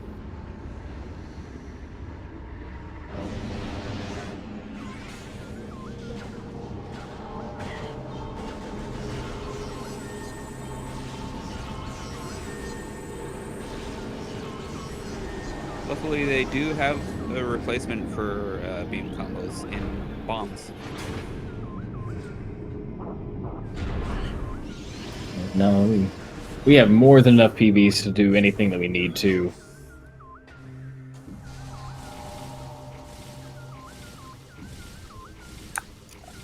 I cannot tell you as a kid how long it took me to get up this. Yeah, it's a little... it's not too obvious, but you can cancel the screw attack by pressing the jump button, which is the button you use to jump when you're using screw attack. Yep. And it's just a matter of timing. If you just do it too quickly, or if you're mashing, like if you're just going up the walls and kind of looking away from the screen and just like mashing the other way, then you're just gonna fall right back down.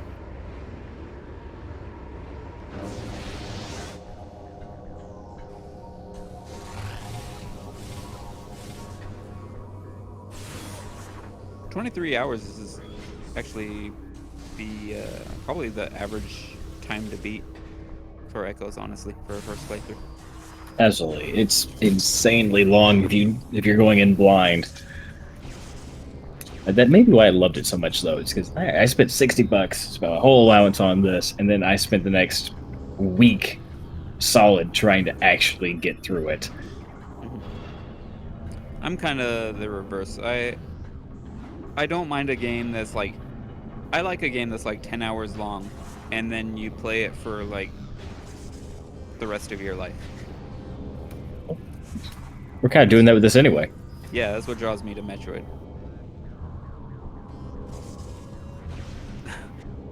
Diggle managing to cling to the outside of the ring on its way to Airy. Not sure how he did that. Also, welcome to SpeedGaming Portuguese. Rating with a party of 16. Welcome to the Metroid Prime 2 Echoes Randomizer tournament between DiggleWrath and Kazuto. Glad to have you. Yeah.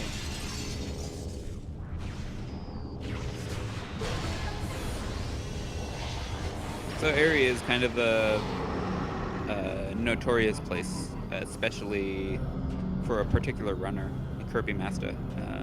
Basically, pretty much all of like a couple of years ago, just every seed Kirby would play, either there would be like a required Sky Temple key or required major item, and pretty often Vanilla Echo for some reason, specifically for him. So it's become a pretty hot meme location. So what you're saying is that it's definitely not his favorite area? Yeah. It's his curse, for sure.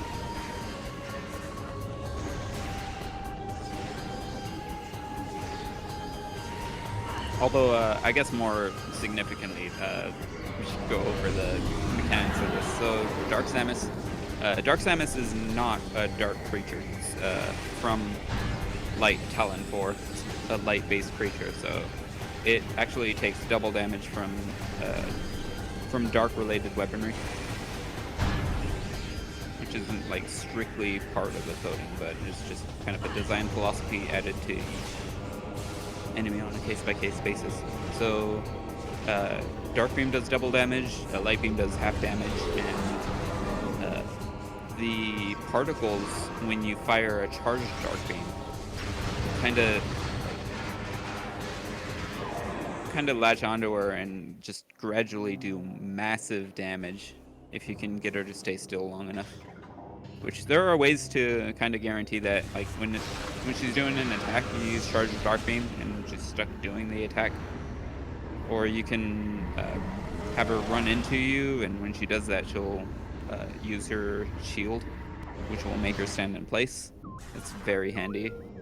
Or you can fire a missile sometimes, and that'll keep her in the ooze.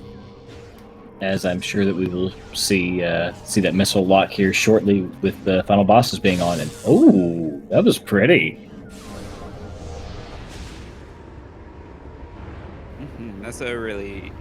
That's a pretty easy strat. It's just it looks pretty flashy, and it's very nice to do. You just cling to the rail, bomb jump onto the top of the rail, and then just leave the stick neutral and do a boost, and you'll land right on top of the platform. You'll have to forgive me. I've only been playing the actual randomizer now for a couple of months, so some of these tricks I didn't see in the last tournament, so I'm kind of seeing these for the first time. So I'm a little easily impressed right now. You hardly ever see Airy in the first place, so it's nice to see unique things in these seeds. Maybe one day we'll get to see a use of Sonic Boom and/or Dark Burst for Hive Dynamo access, I believe it's called, to activate Echo Locks from behind the gate. It's on the way to Hive Gyro Chamber. Oh, that'd be fun. Though I did do that once in the last tournament. That was cool. Just because I had an excuse to, you know. You gotta. Oh, yeah, at that point, if you know how to do it and you're solid on it, then there's no reason not to.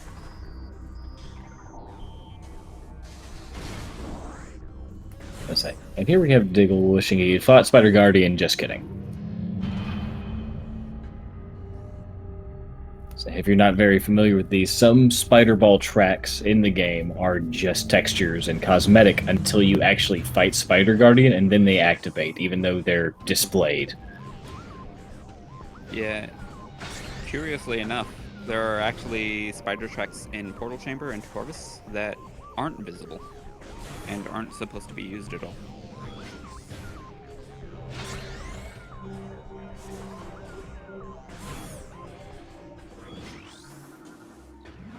I think Bash showed them off last tournament as well. Yeah, to go find that, I don't think I remember seeing those. Real obscure.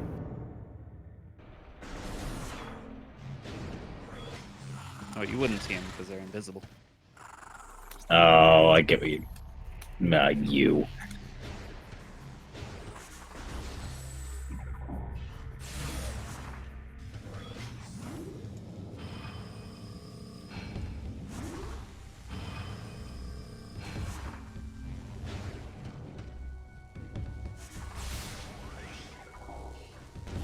So, right now, I think we're heading back to Mining Station B for Diggle, probably?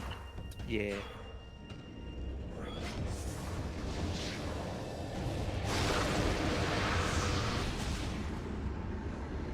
So what's he need? He needs Sink Entrance. He needs War Ritual Grounds, I believe. Mining Station War Ritual B, Grounds. And Dark Oasis. Yep. Because he grabbed Torvus Energy while he was going through.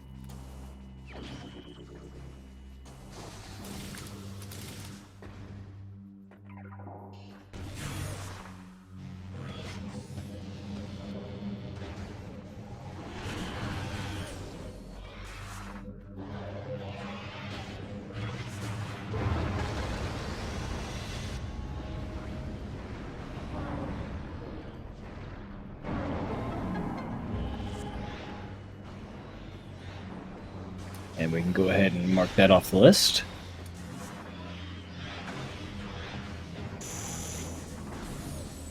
Just a few more.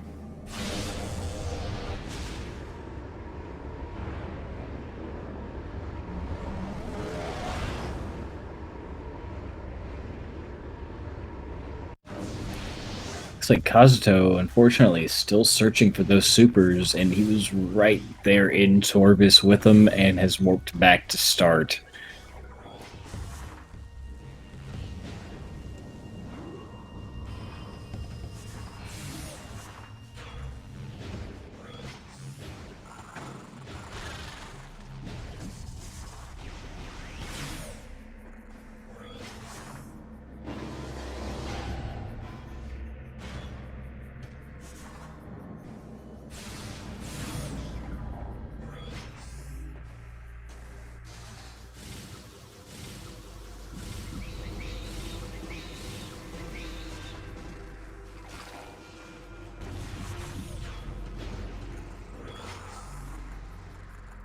And if I were to hazard a guess, I would say he's probably going to go try and check Sank Entrance or Light Beam.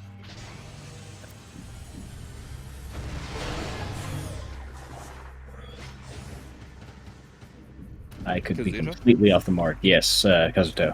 Okay. Again, with him warping back and being there in... oh, so close. With him being right there in Torvis where supers were, unfortunately. That's the only thing I could be thinking is that he's going to go and... look, might be checking phase on grounds too, looking at this, but... Very good demonstration of the BSJ and a screw attack for getting that mining station beat. There is you could do a slope jump off of that fan. I forget. Do you have to raise the fan first? Yeah, I think you do have to raise the fan first. But there is a slope jump you could do if you do that, just off the middle of the fan. Actually, I think it's standable terrain.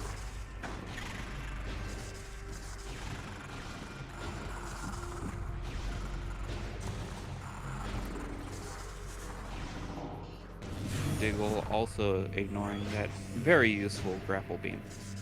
I really cannot say that I blame him. I guess.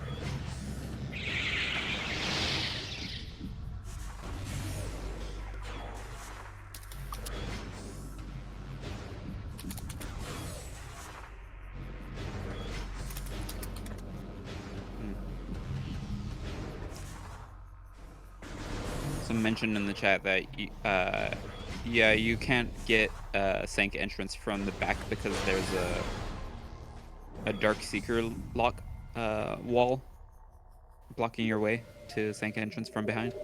So they will have to go through the Sank entrance elevator to get there. There is a way to get there from out of bounds, but it's absolutely not worth it. And you have to get out of bounds from so far away and then wall crawl so many ridiculously tough to transition rooms. Okay. He might just be going to go get hints. Going the back way, possibly, to try to pick up hints, or... No, Kazuto has not gotten hints yet. Oh, okay. That makes sense then. Okay. Oh. Oh. He hasn't found supers. That's right. That's very true.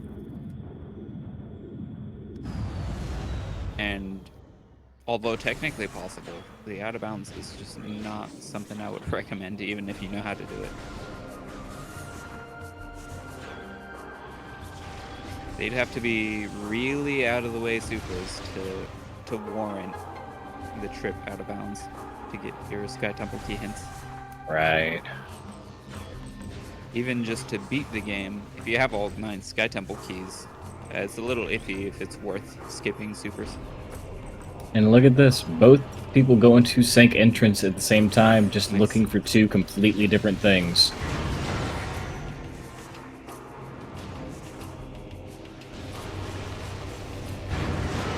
Diggle is taking a little trip upstairs, see if he could get something useful. No Annihilator. I know that's what he was hoping for, was Annihilator to be Light Beam locked.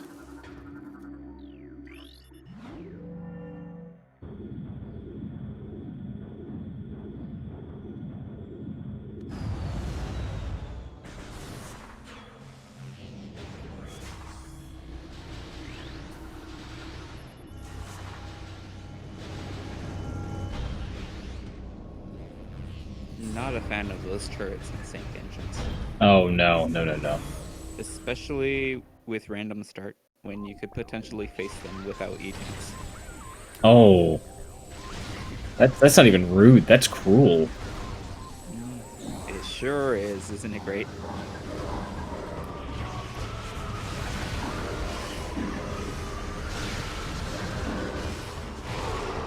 So power bombs and the combination of charged dark beam and missiles dispatch these pirates pretty quickly. And personally, for this last pirate, I like to just shoot the phase-on crate right in front of him. But it's kind of hard to lock on because the beams in this game will automatically home in on will automatically aim at a fairly close by enemy, even if you're intentionally trying to shoot like 2 feet to the side of it. It'll curve your shot, or it'll just angle your shot directly at the enemy's, I guess, body.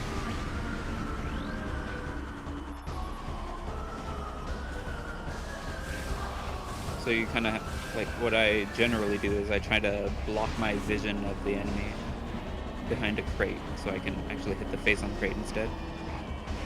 To be fair, if they're gonna bring them down where we can use them, we might as well use them. Mm-hmm.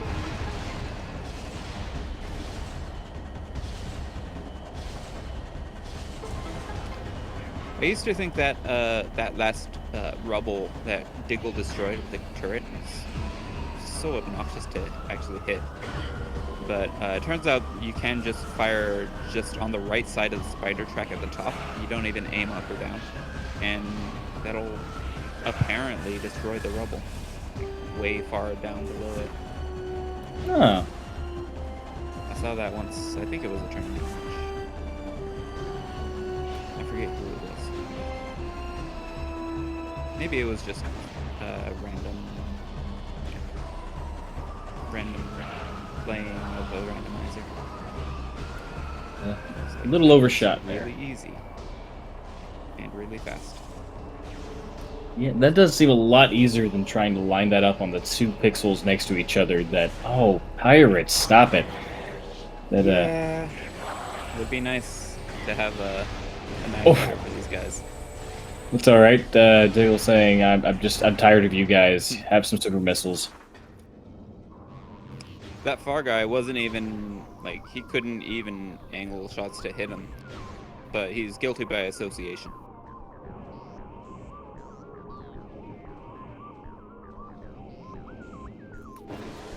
So there we go. For a second, it looks like we may have had some issues with Kazuto's stream, but we're okay now. Yeah, he's been having some stream drops from time to time, but for the most part, it's fine. Kazuto now knowing it's required, but also knowing not what he's looking for.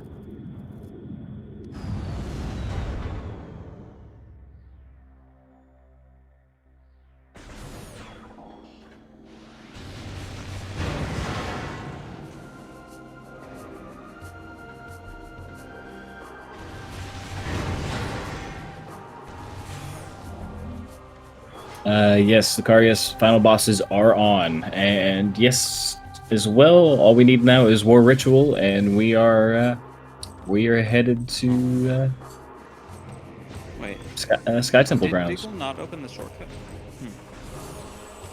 It's unfortunate if he didn't. But surely he would have on his way to Torvis the first time. Maybe he confused it for the other dark room. Plane of Dark Worship.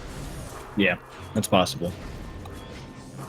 Well, he saw War Ritual Grounds, so he must not have. Wait. No, he remembers. Okay. He did open Plane of Dark Worship, but yeah, that's absolutely not needed to see.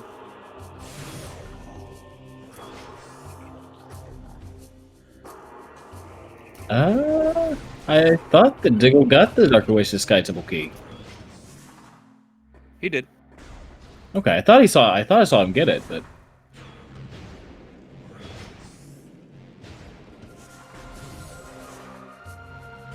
I'm a little surprised he didn't get War Ritual Grounds on the way out.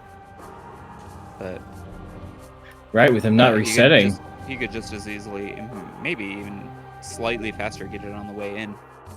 Because you can just line up the targets when you're walking across the half pipe. So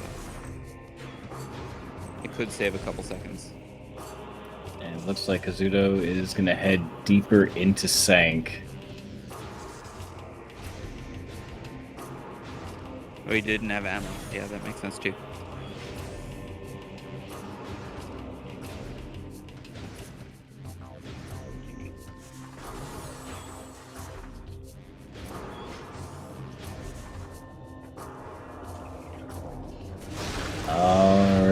and then we're headed to Wargrounds to grab the last key, and Kazuto checking this light beam. Might be Annihilator, but we know it's not going to be anything that's going to help him progress, and just some light ammo.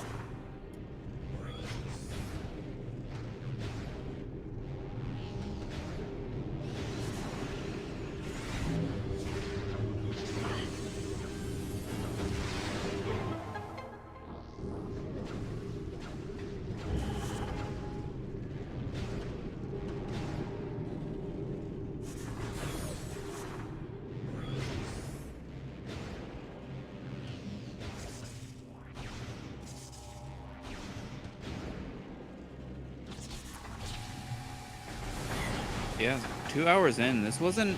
I wouldn't say this was a horrible seed. It was. It was somewhat bad though. It For was, the start that we got, I was expecting yeah, it to be was a rough worse. start.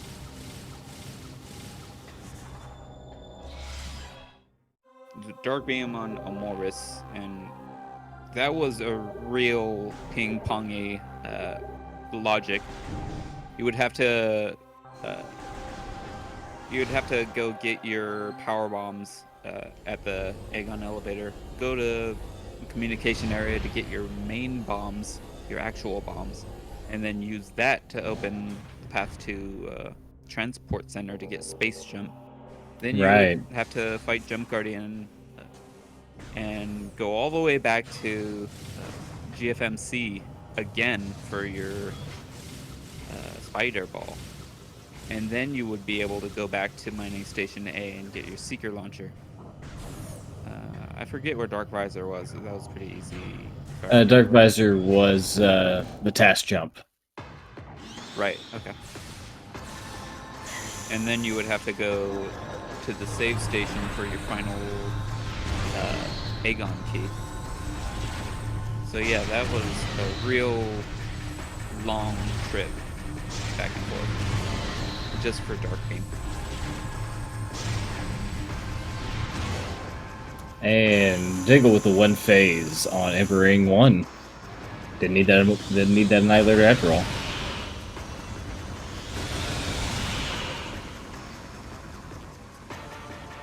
Oh, did Kazuto get a plus frame up? Nice. Or was that just something? I don't know. There are times when the Samus model kind of gets goofed up when you do roll jumps into a screw attack. And sometimes, like when you morph on the first frame before animation plays, you kind of get stuck in the standing animation until she morphs. And here we have Emperor Ring 3, and then again, if you guys joining us for the first time, back in development. Oh, thanks for bringing things down, but the bottom of its legs had screw attack points that took damage, and those were the model was removed, but the hitbox was not. So you can still do how much damage is it per tick? 36. 36 damage per frame. Yeah, it sounds small, but on a 60 FPS game, yeah, that's a quarter of its health per jump, basically. And that just, I mean, you can annihilate the last boss like it's nothing. And here we are headed to the final Dark Samus.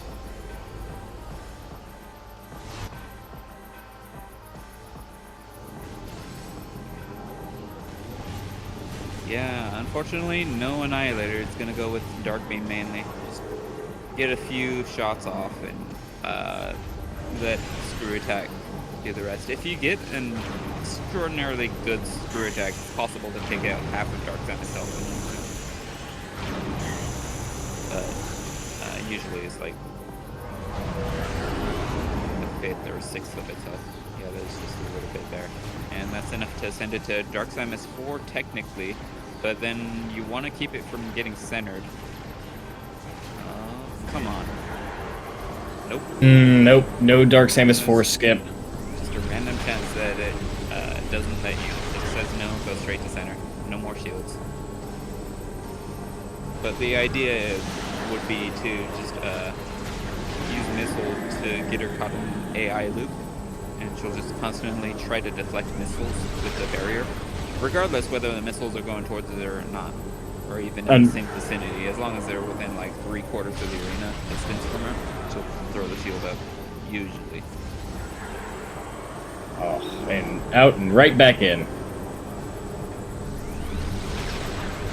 Yeah, and once the phase actually formally starts, whenever she's on the ground, the damage is capped at 60. So only like 2 uncharged dark beam shots is enough to send her back up in the air. Usually people will use a super missile or charge dark beam slightly faster. Screw attack is also valid, but it takes 2 frames instead of just a single shot.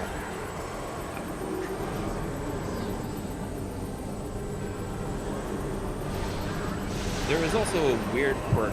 It's pretty rare, but it happens to almost everyone. If you fire the Phazon beam, if you fire the Phazon back at her as the orb is shrinking, she's about to turn normal again, it'll heal her. We actually saw that the other night. I have once ever had screw attack damage her in the air, and I have no idea why. I was never able to replicate it. And that's it. GG's to Diggle. First place with a time of 2:06:04. GG's in chat, and I 2:06:05 think we're going to get him in here GG. right now for our interview. Welcome to DiggleWrath. GG. That sure was a seed. I think it might have been, I guess, the second worst seed of the tournament. Yeah, so far I'm starting to notice a pattern here. The seeds are getting worse as I commentate. And also kind of struggling a bit with the mic afterwards as well, but we'll get that sorted out shortly. Meanwhile, Kazuto is yeah, it looks like okay, they haven't forfeited from the race. They are still going for now, at least. They just paused.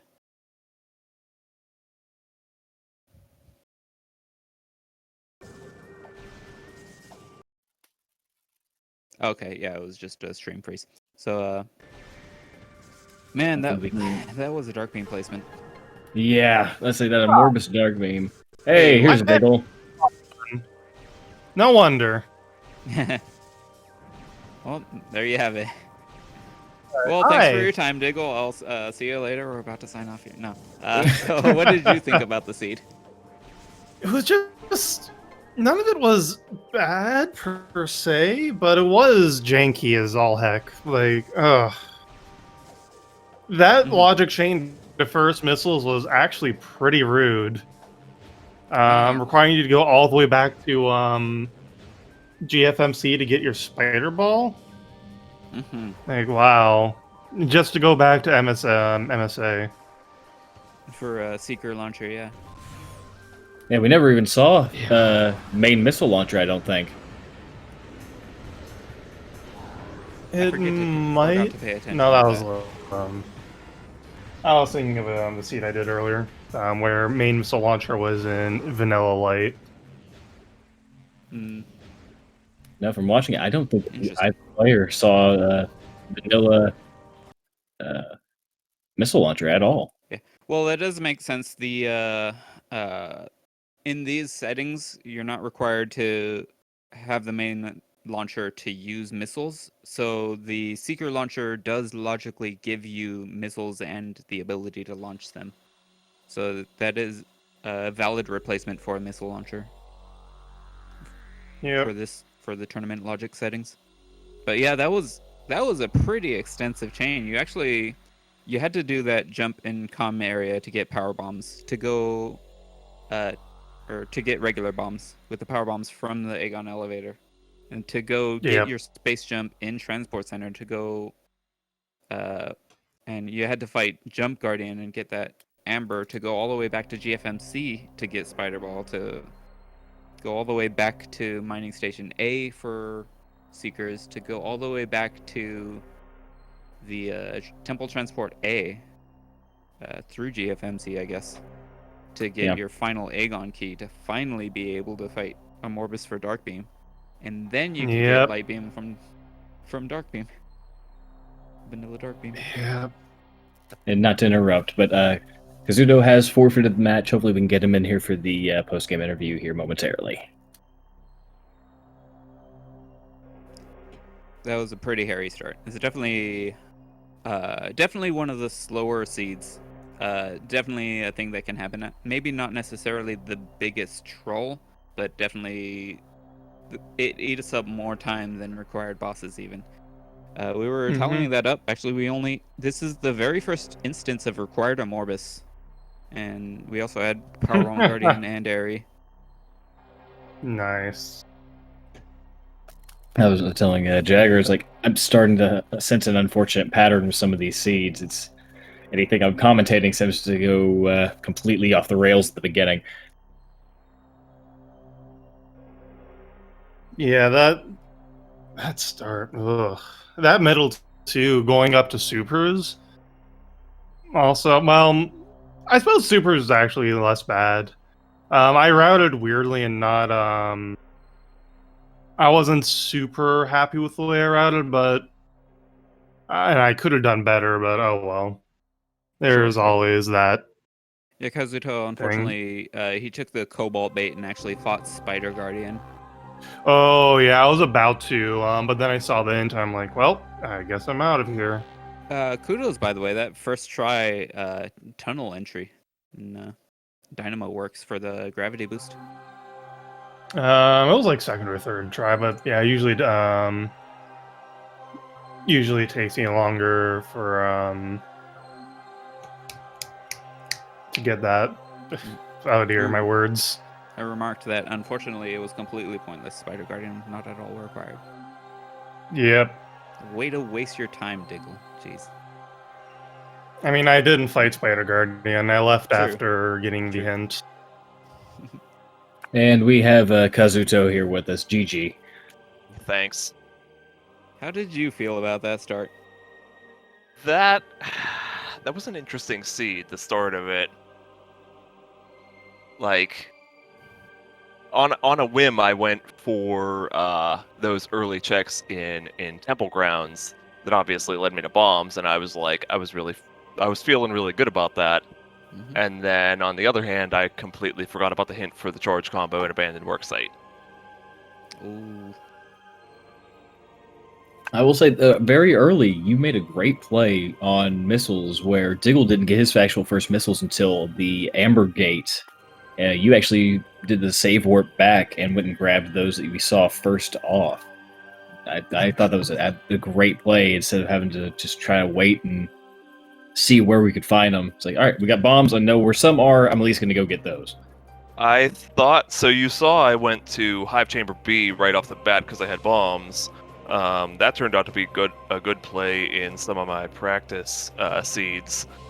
So I thought, but I realized the first missiles were up there, and I was like, there's no guarantee that I'm going to have missiles before a missile door down in Aegon, so I better go get them first. That was a really good play to go back to the Transport B access and grab the known. Mm-hmm. Definitely good heads up. It was, and then it Yeah. kind of devolved later on when you had to make a few coin flips and just didn't work out in your favor. The Mining Station B play, I mean, it was required for a Sky Temple key, but it basically told you, hey, you should have gone the other way. There's a dark suit up in the Hazen Cliff. Yeah, when I saw that hint, I knew that I wanted to go there fairly quick. I think you saw I saved right before that, just in case. Like, I'm not used to going in there with one E-tank. Mm-hmm. Yeah, I was remarking, Diggle was also there with one E-tank. He only had half his health remaining. He only had, like, just over 100. And he had to wait in the safe zone to make his way to Dark Suit there. Yeah, I was pretty lucky that was. I was pretty lucky that it was Dark Suit. Mm-hmm. That was really nice. I was terrified for a moment. saving up that energy for Echo Visor instead. And I was like, that's. I mean, that's in logic, but do you really want to do it?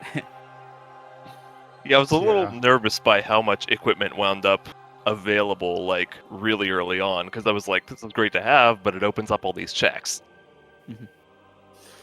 It's really annoying for routing when you don't get supers to go get hints, because hints are a very good way to inform routing.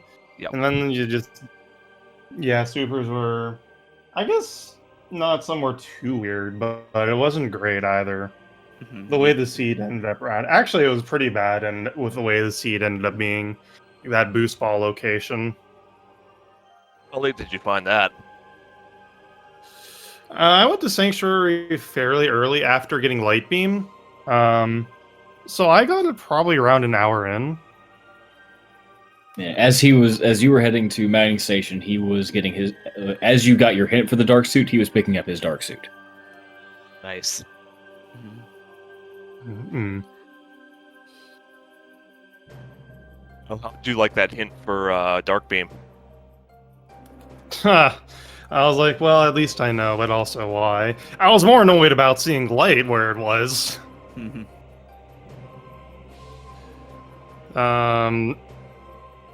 But I'd rather have the dark beam on a Morbus hint than not at all. We actually had 2 separate dark beam on a Morbus hints in that seed. Yeah, the guaranteed boss hint and a random, just another hint. Well, I missed the found boss both. hint. I found Yeah, the I think it Chica boss was- hint. Was it a Cobalt hint? I'm not sure. No. It was located. Yeah, I went for the early Cobalt with the screw attack method one time. I'm not great at screw attacking into morph ball tunnels, but I can do it sometimes. When I missed it the first time, I was like, I'll just come back with boost. Yeah, that's fair enough. Yeah. Any other comments before we wrap up here? Did you go for Echoes. Spider Guardian, Diggle? No, I did not. I Yeah, got the I did. charge combo hint. And I figured, well, that's like 90% to be supers. Yeah, you got the so I screw guess attack I'll- into the tunnel.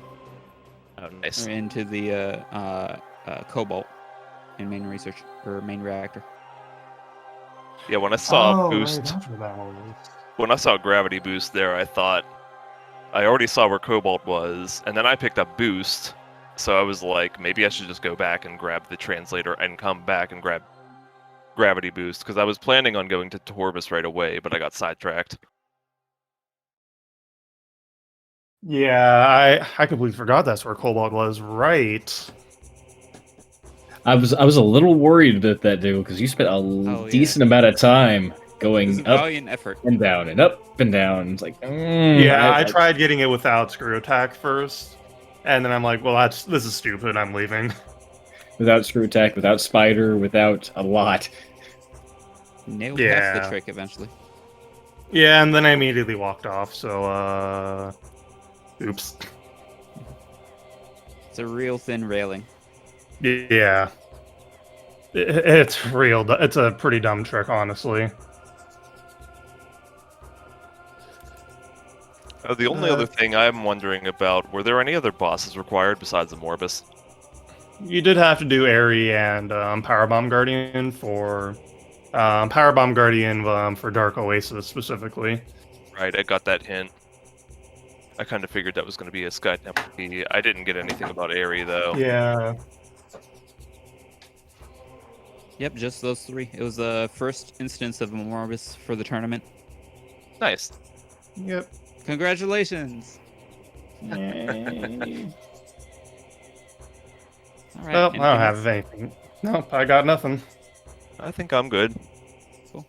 Thank you do you- everyone for joining us. Definitely give a follow to our racers, and definitely our trackers are worth following as well. I believe Pyro Paper Planes, Pyro Paper Planes was tracking for us today, making things a lot more easy for us to figure out.